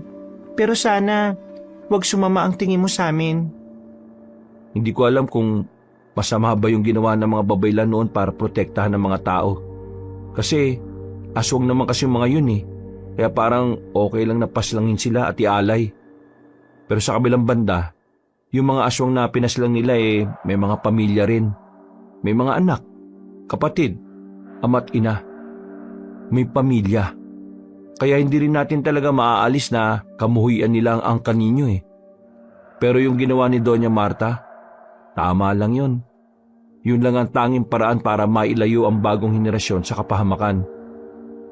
Pero alam mo, naninibago ako kay Doña Marta. Tingnan mo silang dalawa kung mag-usap. Para silang magtropa lang oh. Ang totoo niyan, may kasamaan din talaga ang ugali ni Lola. Pero pagdating sa pamilya niya, lahat gagawin niya para lang maprotektahan kami. Huwag ka mag-alala. Kami nang bahala sa mga aswang. May mga albularyo na rin kami nakausap para tugisin ang mga nilalang na yon. Makalipas lang ang ilang oras, nakarating na rin kami sa mansyon. Napagod kami sa kakalakad kaya nagpahinga na muna kami saglit doon. Naninibago talaga kami noon sa kung paano kami itrato ni Doña Marta. Siguro dahil may kailangan talaga siya sa amin. Pinaghandaan niya kami ng makakain at maiinom. Habang kumakain kami ni Lolo, nagulat ako nang mabasa ko ang baso nang hawakan ko lang yon. Buti na lang si Esma lang ang naroon. Hindi nakita ni Doña Marta ang nangyari kaya dali-dali niyang iniligpit yon. Hindi ka ba nasugatan?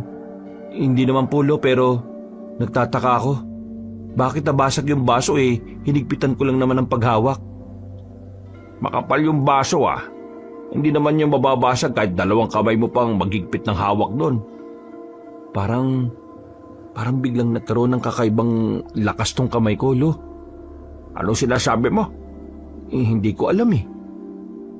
Gulong-gulo ang utak ko ng mga sandaling yon. Hanggang sa makauwi na kami sa amin, hindi pa rin nawawala sa isipan ko kung paano ko nabasag ang baso sa simpleng paghawak ko lang. Para makatulog, inisip ko na lang na baka meron lang lamat ang baso kaya madali ko lang siyang nabasag. Makalipas ang 1 linggo, isang masamang balita na naman ang pumutok. Isang bangkay na naman ng lalaki ang natagpuan, pero wala na itong kanang binti. Dismayado kami noon dahil buong gabi naming sinuyod ng kagubatan para pigilan ang mangyayari. Ang problema nga lang, hindi namin nakita ang mga aswang noon. Lintik na yan. Nagpuyat-puyat pa tayo. Buong gabi tapos wala rin palang mangyayari. Nakalusot pa yung mga hinayupak na aswang na yan. May nabiktima pa. Ang bira oh. 2 biktima na lang ang kailangan nila tapos pagkatapos nun happy-happy na sila. Kalma. Walang magagawa yung inis mo. Ang mabuti pa, aralin natin ng maigi kung paano natin sila mahanap.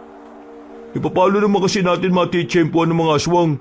Hindi lang naman sila rito kukuha ng tao para biktimahin. Malaki ang kapis. Naglilibot tayo pero dito-dito lang sa atin. Bakit sila lalayo kung pwede naman sa malapit? Malapit? Nasa malapit lang ang mga aswang. Kung nasa malayo sila, bakit dito nila pinipiling kumuha ng mga pang-alay? Mismo! Galing mo mga apostol! Kailangan natin ng tulong ng ibang manunugis. Kailangan nating magparonda ng maraming tao. Paghandaan natin ang susunod nilang biktima. Meron pa tayong 1 linggo. Dahil sa paggabigo naming mahuli ang mga aswang, naging mas sistematiko na ang mga galaw namin. Kinausap na namin ang lahat ng mga albularyo sa kapis. Nagsagawa kami ng malawakang pagpupulong. Inaprubahan din naman ng mga yon ang mga planong naisip namin kontra aswang. At 1 linggo na naman nga ang nakalipas, nakahanda na ang lahat. Bawat sulok ng kapis ay meron ng mga nagbabantay. Ito'y para masiguro na hindi na may tutuloy ng mga aswang ang pambibiktima nila. 1 buong gabi na naman kaming naghintay. Pero sa baryo namin at sa kabila, walang nagpakitang aswang. Sumapit ang kinaumagahan. Walang pumutok na balita. Ang mga kontak naman namin sa ibang parte ng kapis ay hindi rin nakaharap ang mga aswang. Isa lang ang ibig sabihin nito. Nasira na natin yung pattern nila. Hindi sila nakahanap ng bagong alay para maituloy ang binabalak nila. Ibig ba nitong sabihin, nagtagumpay tayong pigilan sila? Hindi pwede matigil ang pangunguha nila ng isang parte ng katawan ng tao Kapag natigil yon, babalik sila sa umpisa. Kung wala silang nakuha kagabi, ibig sabihin, sila ang hindi nagtagumpay. Naging epektibo yung mga plano natin. Natuwag silang lumabas. Nagdiriwang na ang ibang albularyo ng mga oras na yon, Kabanong. Pero si Lolo, nananahimik lang sa gilid. Malalim na naman ang iniisip niya. Hindi man lang humingiti. Parang ang laki-laki ng problema. Kaya habang nakakasiyahan na ang mga albularyo sa kuta, nilapitan ko sa isang tabi ang lolo ko. Lo, kanina pa kita napapansin na ganyan ah. Masama ang kutob ko rito, Apo. Iniisip mo ba na alam ng mga aswang ang mga binabalak natin kaya hindi sila nagparamdam? Oo. Eksakto. Pareho tayo ng naiisip. Paano kung hindi sa wala silang pakialam kung masira ang pattern na sinasabi ni Dodong? Paano kung hindi naman pala yun ang sinusunod nila? Anong plano natin ngayon? Sa ngayon, wala tayong ibang magagawa kundi ang maghintay. Lumipas na naman ang 1 linggo pero wala pa rin talagang aswang na nagparamdam sa baryo namin. Kahit sa ibang parte ng Capiz. Wala kami natanggap na ulat tungkol sa mga nilalang na yun. Gusto ko na sanang mapanatag pero sa tuwing makikita ko si Lolo na hindi mapakali, kinakabahan din ako. Ako na magsisibak niyan, Angelito. Sinabi naman kasing hindi mo yung gawain eh, pinakikialaman mo pa. Kuya Agwa, meron po akong tanong. Oh, ano itatanong mo? Yung mga aswang po ba, dito lang po ba sa Capiz pwedeng pumunta? Hindi po sila lumalabas sa Capiz? Siyempre pwede. Bakit mo naman naitanong? Wala lang. Naitanong ko lang po. Baka po kasi nag-aasik din sila ng lagim sa ibang probinsya. Tama. Tama po ano? Naintindihan ko na kung bakit hindi nagpaparamdam ang mga aswang sa Capiz. Yung 2 kulang na biktima, sa ibang probinsya nila kinuha. Naku, oo nga kuya. Nautakan tayo. Dahil napagtanto ko yon, agad ako nagpatawag ng pagpupulong sa mga albularyo. Marami-rami naman ang nagpunta, kaya hindi na ako nagsayang ng oras para sabihin sa kanila ang naisip ko. Sang-ayon naman sa akin si Lolo, pero merong iba na hindi namin kilala ang hindi kumbinsido. Sinasabi mo na sa ibang probinsya nila kinuha yung huling 2 na kukumpleto sa alay? Paano naman tayo makakasiguro na tama nga yung iniisip mo? Sa pagkakaalam ko, ang mga aswang narito lang sa Capiz. At dahil itong lupang sinilangan nila, taga dito rin ang mga dapat nilang iaalay. Bakit? May nakakaalam ba kung taga saan talaga siya? Wala, di ba? Paano kung hindi naman talaga taga Capiz ang mga aswang na yun? Paano kung hindi naman talaga problema kung nasaan sila kukuha ng alay? Di tama ako. Tingnan din natin ang sinasabi ni Agwa. Hindi ito imposible. Kilala naman natin ang mga aswang. Hindi sila basta-basta na lang mananahimik lalo na kung nasa kalagitnaan na sila ng mga plano nila. Ang pananahimik nila ay hindi dapat binabaliwala. Kung sakali mo sa ibang lugar nila kinuha yung natitirang alay, sa mga sandaling ito, sinisimulan na nilang buhayin si Vendetta. Kilala mo pinuno nila? Alam ko lang ang pangalan. Ilang beses ko siyang nabasa sa libro ng tatay ko eh. Kailangan na nating kumilos. Anong plano? Kailangan nating hanapin ang lunggal nila. Hindi natin pwedeng sayangin ang mga oras na meron tayo. Teka, sandali. Bakit? May naisip ka bang paraan? Di ba nabanggit niyo yung tungkol sa Donya? Total, siya naman ang gagantihan ng mga aswang. Bakit hindi natin siya gamitin para palabasin ang mga yon? Para nasisira na ba ulo mo? Ilalagay mo pa sa panganib yung buhay na matanda? Siya naman ang punot dulo ng lahat ng to, di ba? Hindi mo naintindihan eh. Mangyayari lang ang pagganti nila kapag buhay na ang pinuno nila. Di sinasabi mo ngayon na hintayin nating mabuhay si Vendetta at hintayin ding puntahan si Doña Marta saka tayo gagawa ng paraan? Aroy! Barado! Mag-isip ka nga. Hindi dapat ganyan mag-isip ang isang albularyo na matagal na sa serbisyo. Iniinsulto mo ba ako? Oo, tama na yan. Wala naman tayo mapapala kung mag-aaway-aaway pa kayo eh. Ang maganda na lang natin gawin, ipagandaan ang pagpapakita ng mga aswang. Dahil kung totoong nabuhay na nila si Vendetta, hindi malabong simulan na rin nila ang kasamaan nila. Bukod sa angkan ng Donya, alam niyo naman kung sino ang pinakauna nilang prioridad, di ba? Tayo mga albularyo yun. Papatayin din nila tayo dahil alam nilang malaking banta ang mga kagaya natin sa mga binabalak nila. May punto si Dodong. Sa halip na nagtatalo tayo rito, bakit hindi na lang natin pagandaan ang lahat ng mga pwedeng mangyari? Naging kalmado naman ako nung mga sandaling yon, Kabanong. Hindi pa rin maalis-alis sa akin na mainis sa inasal ni Rogelio. Nagkaroon naman ng mga bagong plano sa pagpupulong namin. Yun nga lang, hindi yun naging solido dahil karamihan talaga ay kumukontra. Umuwi akong banas na banas. Sinipa ko pa nga yung balde na nakaharang sa daraanan ko. Kahit nasipain mo lahat ng balde rito, isama mo pa yung balde ng kapitbahay natin, walang magbabago. Kung ayaw nila makisa sa atin di tayo ang kikilo sa sarili natin. Hindi ko kasi sila maintindihan, Lo eh. Bakit ba ayaw nila tayong pakinggan? Bakit ayaw nilang tingnan yung anggulo na baka sa mga sandaling ito buhay na ang pinuno ng mga aswang?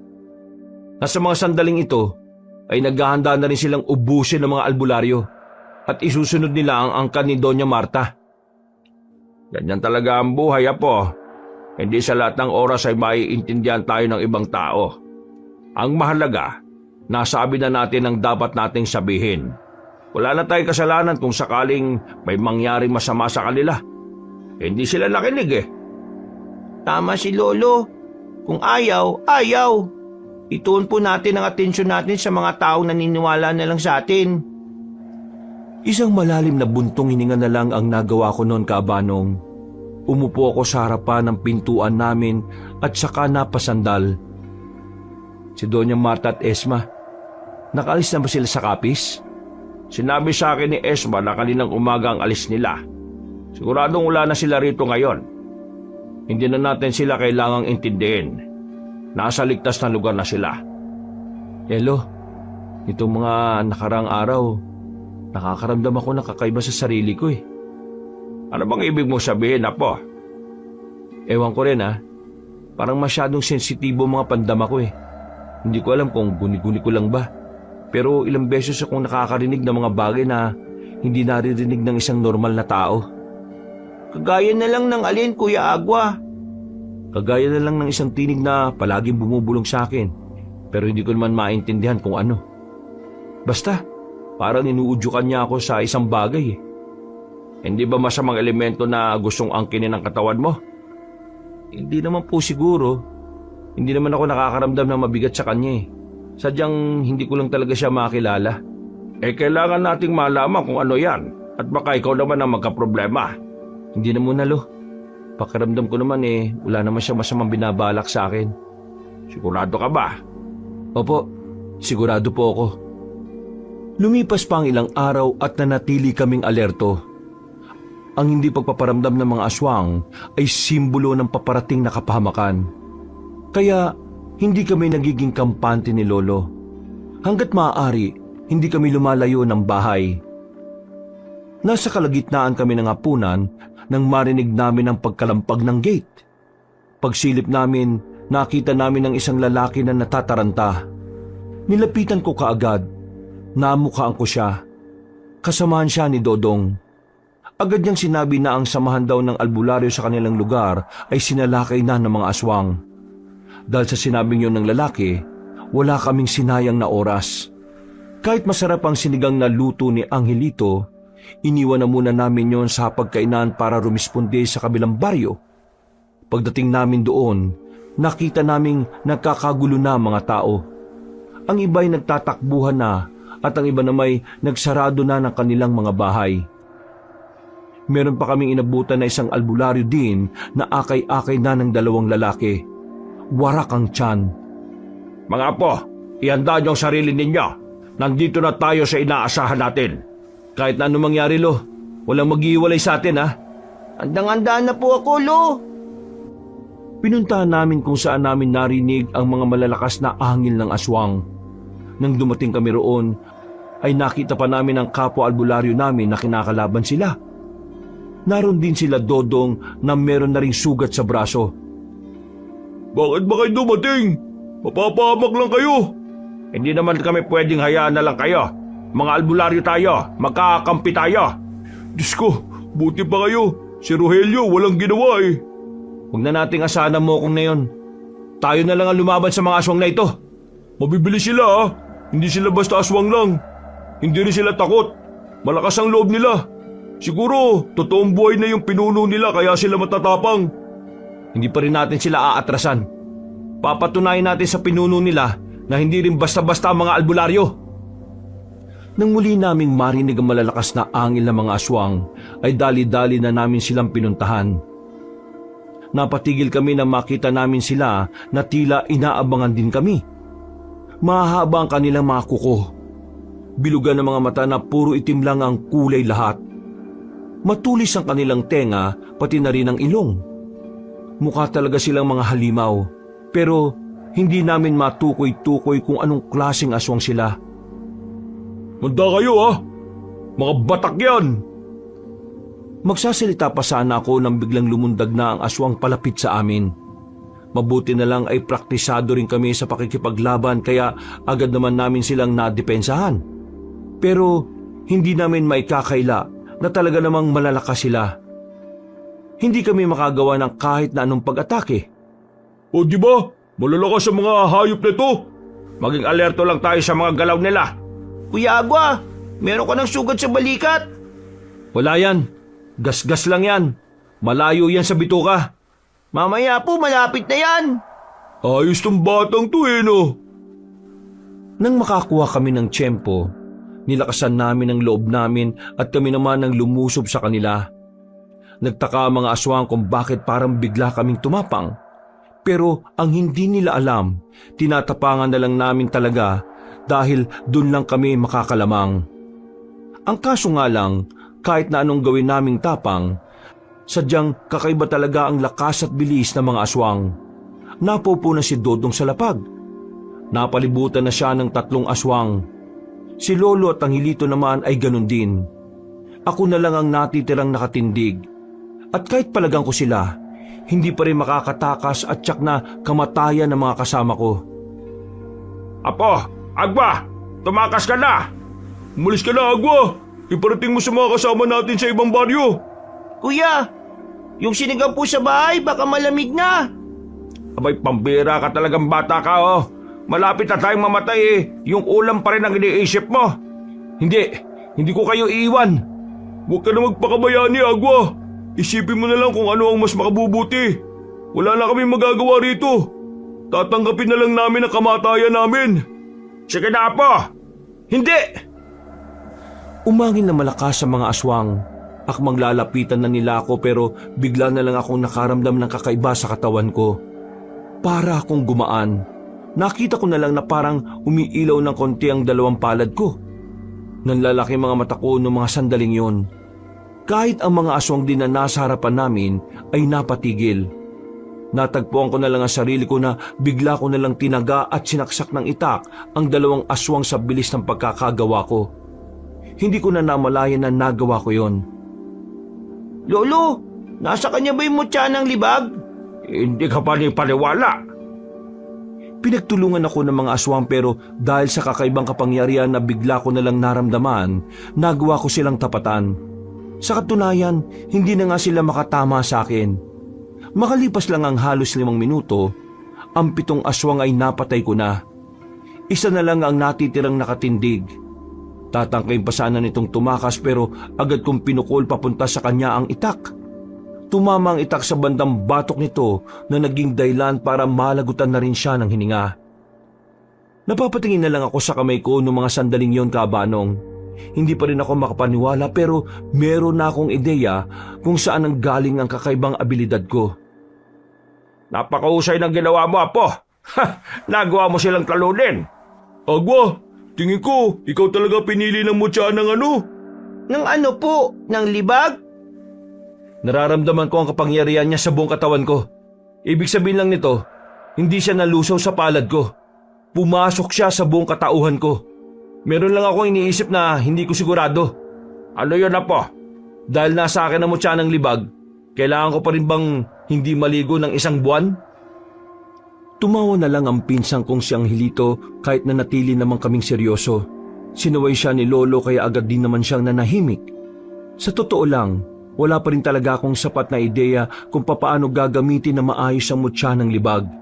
Pero dahil gumagana naman siya sa akin, hindi ko na pinagpaliban ng pagligo.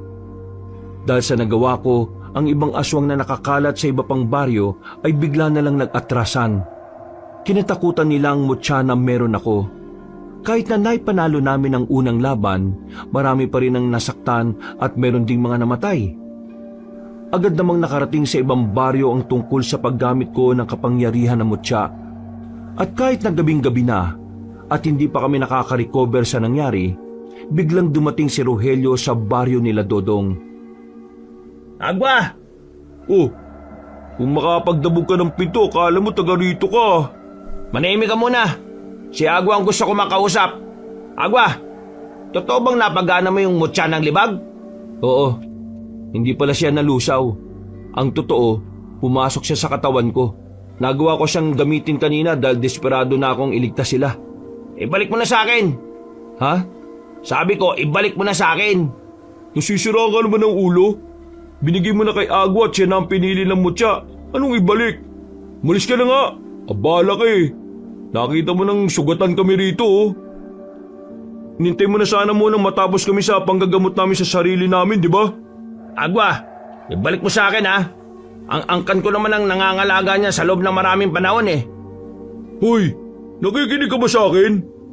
Kung ibabalik mo sa akin yan, mas mapapaunlad ko pa ang mutya dahil napag-aralan ko na yan. Isara ulo ka naman pala talaga eh. Hindi mo ako pinapansin ha. Malis ka na nga. Ano ba? Bakit ba gusto mong kunin to? Kung alam mo naman na hindi mo naman nagagamit. Alam mo naman na kailangan ko to, lalo na sa mga ganitong sitwasyon, Rogelio. Sumalakay ng mga aswang, maraming nasaktan, at meron ding namatay. Tapos ikaw, ang inaatupag mo kukunin sa akin yung anting-anting. Dapat unahin mo yung mga kalugar mo para makapaganda na rin sila. Wala kang karapatan na hawakan ng mutya dahil hindi ikaw nag-alaga dyan. Oo, hinahanap ko makakapagpabuhay sa kanya dahil kailangan ko maging aktibo ang mutya para masimulan ko na rin siyang gamitin. Kaya ibalik mo na sa akin yan, Agwa. Hindi mo yata talaga naiintindihan no? Nasa loob na nga ng katawan ko ang mutya at hindi ko alam kung paano siya ibabalik sa'yo. At kahit alam ko man, hindi ko rin gagawin. Sa pinapakita mo ngayon, pinapatunayan mo lang na hindi ka rin karapat-dapat dahil magiging sakim ka sa kapangyarihan. Sinabi na ibigay mo sa akin, Hindi ka ba talaga nakikinig? Isang malakas na suntok ang pinakawalan ni Dodong sa mukha ni Rogelio. Napatras si Rogelio dahil doon. Pero hindi ito natinag. Gumanti ito kay Dodong. Pero dahil malaking tao si Dodong, ay hindi rin naman ito umubra.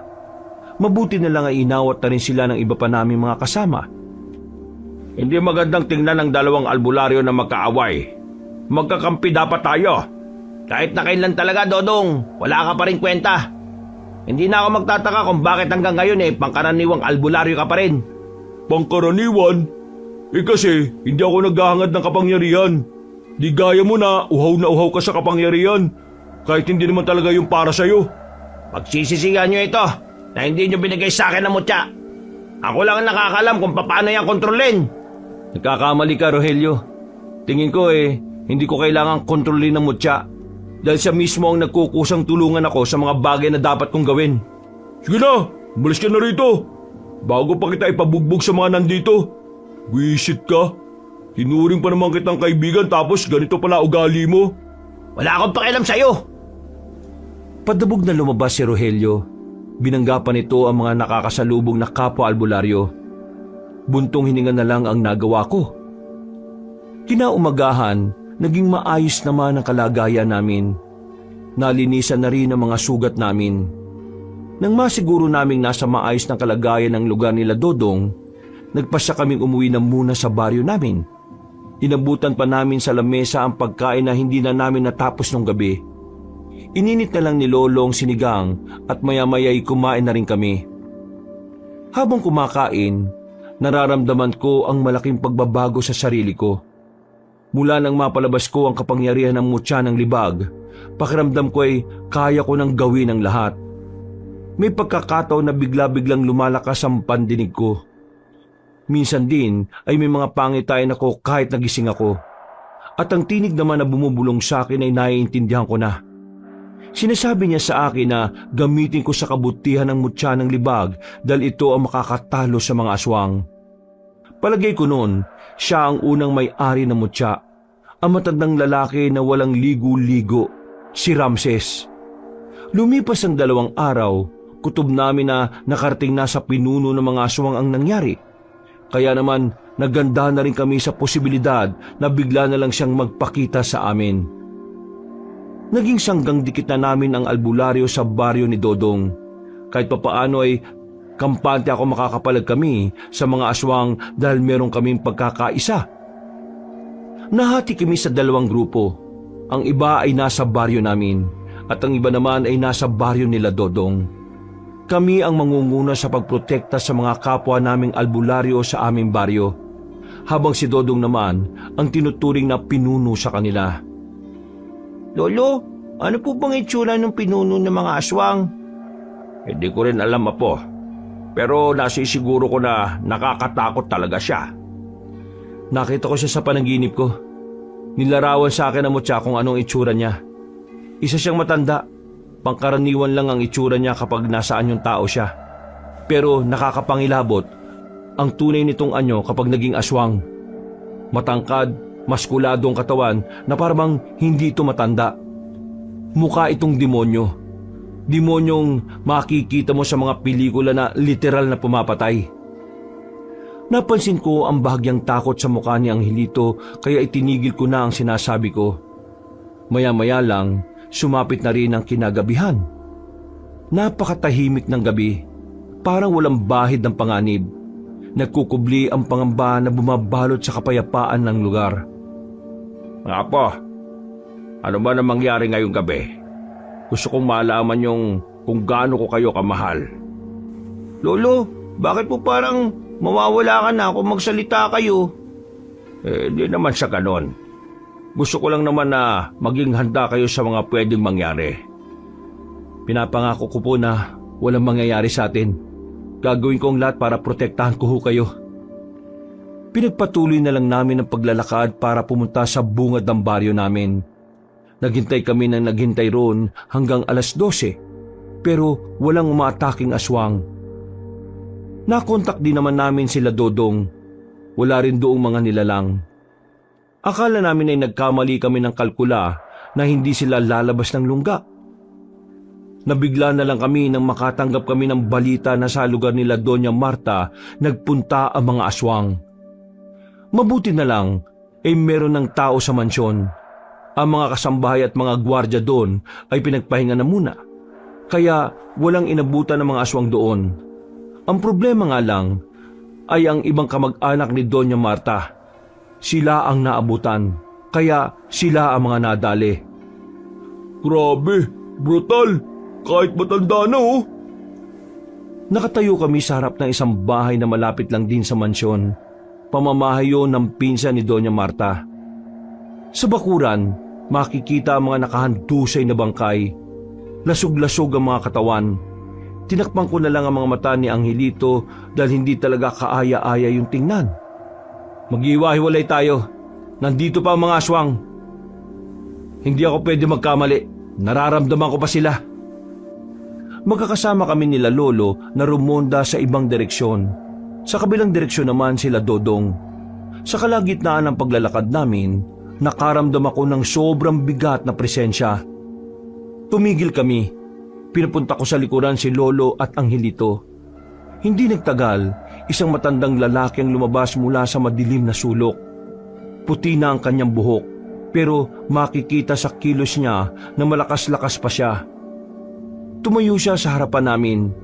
Ngumiti ng malapad na parabang hindi niya kami kalaban. Kilalang kilala ko mukhang yon dahil nang makita ko siya sa panaginip ko, ay napakalinaw ng mukha niya. Magandang gabi sa inyong tatlo.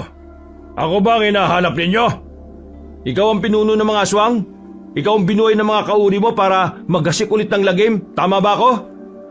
Tama ka. Ako nga. Pero mali ka sa parting maghahasik ako ng lagim. Sabihin na lang nating meron akong gustong balikan. Meron lang akong gustong singilin. Hindi mo na sila madadampian ng mga kamay mo. Nasa ligtas na lugar na sila. Kaya ngayon, kami na ang haharapin mo, Vendetta. Masyado ka namang mainit. Kalma ka lang. Hindi naman ako nandito para makipagpatayan sa inyo eh.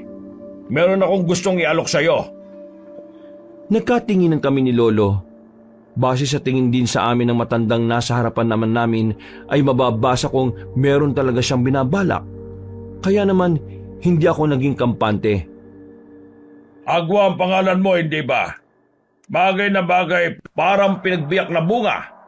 Mukhang tinadhanang maging magkasama. Agwa Vendetta. Hindi mo ba naisip? Ikaw at ako, magkakampi? Magkakampi? Nahihibang ka na ba? Kahit na kailan, hindi ako kakampi sa kagaya mong ubod ng kasamaan. At kanino ka kakampi? Saan ka ng mga taong umabuso sa kapangyarihan nila? Saan ka ng mga babaylan? Kay Marta? Anong alam mo sa katauhan ng taong yon para kampihan mo? Narinig ko na ang kwento niya. At hindi ang kwento ko. Paano mo maintindihan ang pinakapuso ng nakaraan kung isang bersyon lang ang handa mong pakinggan? Nakita kong bumakas ang lungkot at galit sa mukha ni Vendetta. Sa mga sandaling yon ay mas lalong bumigat ang presensya na nararamdaman ko. Nararamdaman ko na rin ang galit niya habang nagsasalita. Nananahimik ang angka ng mga aswang sa isang tagong lugar sa gubat. Pero bigla silang dumating. Nung una, sinabi nilang tutulungan nila kaming may pakilala sa mga tao. Nangako sila sa amin na walang mananakit sa amin, na magiging normal na lang ang pananatili namin dito sa mundo. Matagal na namin pangarap yon, ang matanggap sa lipunan na ito. Dahil sa simula pa lang naman, hindi naman talaga kami masasama. Kumakain lang kami ng mga hilaw na hayo pero nung panahon na yun di sumagi sa isipan namin na tumikim ng tao. Dahil sa matatamis na salita ng mga babaylan, sumama kami sa kanila. Nagulat na lang kami nang biglang may mga humuli sa amin. Habang naglalakbay na kami sa kagubatan, kalaunan nalaman ko na tauhan din pala yun ng mga babaylan. Tinraidor nila kami. Ang pangako nila sa akin ay hindi nila tinupad. Pinaniwala nila kami na posibleng magkasundo ang tao at ang aswang. Pero sa huli, pinatunayan lang nila na hindi. Pinagpapapatay nila mga kauri ko. Lahat ng angkan, pati bata, matanda at kahit na sinong aswang, kinuha nila mga dugo. Inipon na para bang normal na tubig lang sa kanila. Ako lang ang nakatakas noon. Nang malaman ko na hindi naging matagumpay ang pagriritual na ginawa nila para pigilan ang mga dilubyo, binalikan ko sila isa-isa. Ipinaghiganti ko ang mga mahal ko sa buhay. Pinagpapapatay ko mga babaylan. Pero hindi ko alam kung lahat sila ay naubos ko. Akala ko noon, matatahimik na ako kasi nakaganti na ako. Pero hanggang lumipas ang panahon, mas lalo kong naramdaman na kung gaano kalungkot ang mawalan ng mga mahal mo sa buhay. Hanggang sa nalaman ko, isang bagong henerasyon ng angka ng babaylan ang sumibol. Sa takot ko na lumitaw ulit ang mga babaylan, hinanap ko sila. Pero hindi ko alam, pinapahanap na rin pala ako ni Marta noon. At sa kasamaang palad, nagawa nila akong patayin. Ngayon, Agwa, sabihin mo sa akin, sino ang tunay na masama ngayon? Sino ang tunay na demonyo? Nananahimik ang mga buhay namin pero pinagtaksilan nila kami. Hindi nila binagyang halaga ang buhay ng mga aswang na walang ginagawang masama sa kanila. Ang tingin lang nila sa mga kagaya namin ay mga kasangkapan. Kung ano man ang pinagdaraanan mo, hindi na rin yung tamang dahilan para manakit at pumatay kayo ng tao. Yung mga taong ginawa niyong alay para mabuhay ka, wala silang kasalanan sa inyo. Kaya bakit? Bakit niyo sila dinamay? Dahil ganon din ang ginawa nila sa amin. Hindi pa rin ako kumbinsido. Hindi mo ako makukuha. Kalaban ka pa rin ng kabutihan dahil masama ang mga ginagawa mo. Masama bang bigyan ng hustisya ang ginawa nila sa amin noon? Tapos na ang problema mo noon. Wala na ang mga taong gumagawa sa iyo ng kasalanan. Pero bakit hanggang ngayon nag-aahasi ka pa rin ng lagim? Hindi na ako magpapaliwanag pa, Agwa. Sumama ka sa akin. Tayong dalawa ang huhulmaan ng probinsyang ito. Ikaw ang representasyon ng mga tao at ako naman ang representasyon ng mga aswang. Magkakaroon tayo ng kasunduan para sa tunay na kapayapaan. Hindi mo ako maloloko. Ang dahilan kung bakit mo gustong maging kakampi ay dahil sa mutya na nasa akin. Gusto mo magamit yun para mas lalo ka pang lumakas. Hindi yung mangyayari. Nagsasayang ka lang ng oras. Bibigyan kita ng oras para makapag-isip. Pag-isipan mo na maigi, Agwa. Kapag tinanggap mo ang gusto kong mangyari, maraming buhay ang maliligtas. Palis na sana si Vendetta pero nagulat ako nang biglang dumating ang grupo ni Rogelio. Nakasalubong nila matandang aswang. Bigla-bigla na lang nilang inatake yon. Sinubukan ko silang pigilan para mailigtas sa mga buhay nila. Pero hindi nila ako pinakinggan. Nakita na lang namin na pinagbababalibag na ni Vendetta ang mga albularyo. Nagkanda-bali-bali ang buto ng mga yon dahil sa ginawa nito. Tanging si Rogelio na lang ang natitirang nakatindig. Rogelio!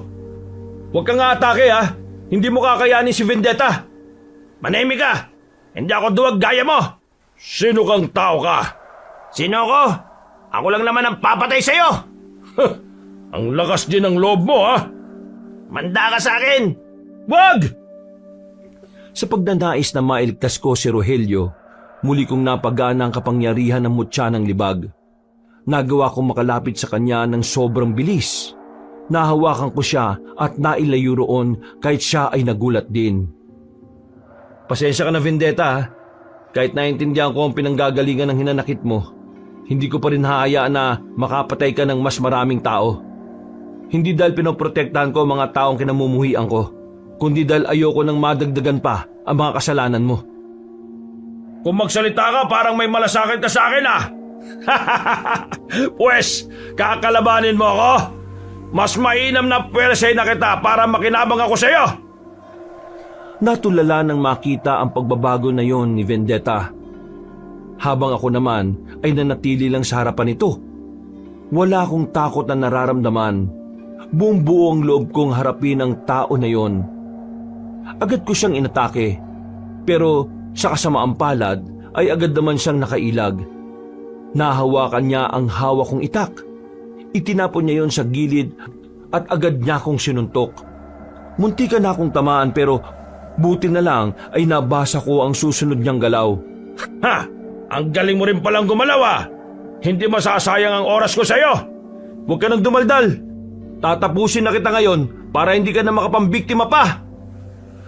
Agad ako lumapit kay Vendetta. Sa bilis ng kilos ko, hindi na niya ako namalayan. Sinuntok ko siya ng malakas sa tagiliran. Napausog siya ng bahagya. Nakita kong parang naramdaman niya ang epekto ng suntok kong yon. Pero hindi ko inaasahan agad siyang makakaganti. Mabilis din siyang umabante sa akin. Nahawakan niya ang ulo ko at saka ibinalandra sa lapag. Pero dahil sa kapangyarihan ng mutya ng libag ay hindi ako ganong nasaktan. Inipon ko ang enerhiya sa kamao ko. Na makakuha ko ng tamang pagkakataon, hindi ako nag-atubiling suntukin ng aswang na yun. Tinamaan ko siya sa muka. Nung una ay kinaya niya pang tiisin, pero sa pangalawa kong suntok, tumilapon na siya at narinig ko pa ang paglagutok ng panga niya. Hindi pa ako nakontento. Pinagsusuntok ko pa siya ng marami. Hindi lang basta suntok ang ginawa ko. Sa bawat suntok ay mararamdaman ng malakas na hangin na impact. Totoo nga. Totoong malakas ang kapangyarihan ng mutya na dala mo. Kaya sige, ilalabas ko na rin ang tunay na lakas ko. Umangil siya ng malakas. Sobrang lakas ng ingay na nailalabas niya. Dahilan para magtakip na rin ng tenga sina Lolo at Angelito. Bigla na lang ding bumigat ang pakiramdam ko. Nagulat na lang ako nang mahawakan na niya ako sa leeg. Hindi ako makagalaw. Wala na akong nagawa nang bigla niya akong ihambalo sa pader. Binugbog niya ang katawan ko hanggang sa mahirapan na akong makabangon. Malakas ka! Malakas ang mutya! Pero ilang beses na ako nakakita ng ganyan at wala pa ni isa ang nakatalo sa akin. Hindi ka na makakalaban sa ganyang kalagayan. Kaya sa ayon sa gusto mo, isasama kita at gagamitin mo ang mutya para mas lalo kong maging malakas. Hindi! Hindi ka magtatagumpay sa mga pinaplano mo! Huwag ka nang manggulo! Napalingon kaming lahat nang biglang dumating si Doña Marta. Mas lalo akong kinabahan. Ang buong akala ko kasi ay nakaalis na sila ng kapis. Bakit kayo bumalik? Isa ako sa dahilan kung bakit siya nagkakaganyan. Kaya gagawin ko ang dapat para matigil na ito. Ikaw, kunin mo na ako. Ako naman ang kailangan mo, hindi ba? Ako ang may kasalanan sa'yo, hindi sila. Ha! Tingin mo, may halaga ka pa sa'kin? Wala na akong pakialam sa'yo. Mas mahalaga sa'kin ngayon kung paano ako magiging malakas. Walang pakialam? Pero anong ginagawa mo sa mga kamag-anak ko? Pinapatay mo! Wala silang kinalaman sa mga nangyari noon. Manahimik ka! Sinabi ko na sa'yo, wala akong pakialam. Lumayas ka! Dapat lang pala talaga na nawala mga mahal mo sa buhay dahil tunay kang masama! Anong sinabi mo? Biglang sinakal ni Vendetta si Doña Marta. Sinubukan kong ibangon ang katawan ko, pero nahihirapan talaga ako. Ang mutya naman ng libag ay hindi ko maramdaman sa mga sandaling yon. Gusto mong mamatay, di ba? O sige, ibibigay ko sa iyo ang gusto mo! Iniangat na ni Vendetta sa ere matandang babae. Noong mga sandaling yon ay namumula na ang mukha ni Doña Marta. Pinikit ko ang mga mata ko. Hanggang sa muli ko nang maramdaman ang kapangyarihan ng anting-anting.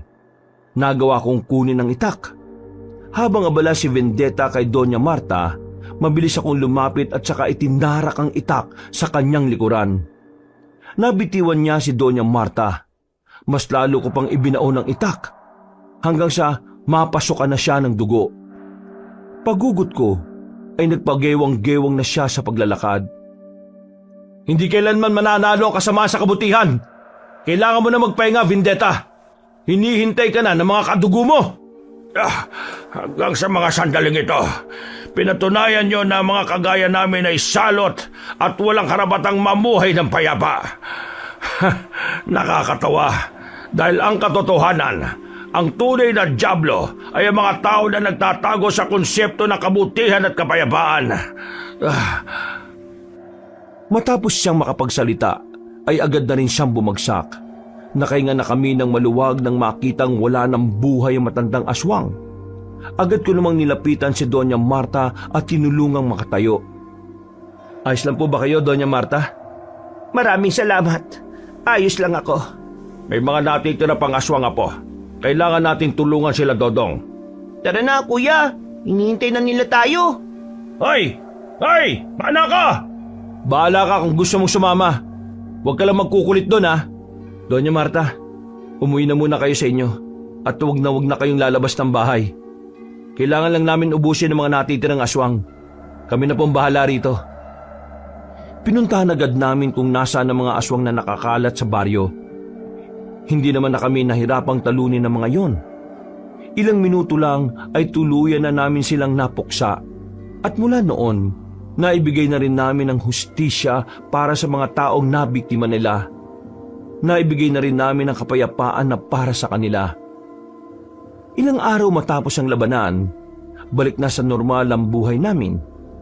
Kami na ang kinuhang opisyal na manggagamot ng pamilya nila Doña Marta. Medyo natuwa naman ako kasi nagbago na rin ang ugali ng matandang babae.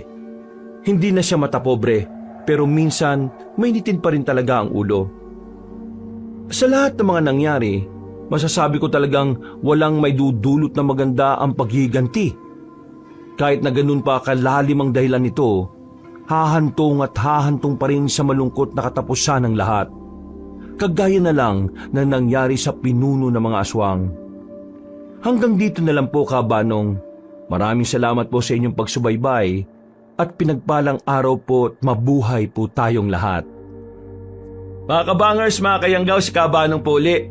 Bago po tayo magwakas ay gusto ko po sana pasalamatan ng lahat ng mga sumubaybay sa storya natin ngayong araw na ito. Kung nagustuhan niyo po ang kwento ngayong araw, kung maaari po i-click niyo po ang subscribe button at ganoon na rin po ang notification bell para lagi po kayong nanonotify pag may mga bago tayong mga kwento. At huwag niyo na rin po kalimutan na mag-comment at mag-like. Kung medyo nabitin po kayo, iniimbitahan ko po kayong bisitahin ang iba pa natin mga channel, ang Pamela Clamil Channel. Kung pwede rin pong mag-subscribe kayo dahil konti pa lang po mga subscriber doon at mag-iwan na rin po kayo ng comment at pindutin na rin ang like button. Ngayon kung medyo bitin pa rin kayo, iniimbitahan ko po kayong puntahan ang bagong channel natin, ang Kabanong version 2.0 kung saan meron na pong moving images doon. Kaya bukod sa may napapanood na kayo, mapapakinggan nyo pa rin ang ating magandang narration story na meron na pong music and effects. O di ba mas maganda? At huwag nyo rin pong kalimutan na pindutin ang subscribe button para makasama kayo sa first 100,000 subscriber ng channel na yon. At para hindi po kayo mahirapang hanapin, ilalagay po natin sa description o sa pinned comment ang mga links ng mga nasabing channel. Hanggang sa susunod na mga kwento, wakas!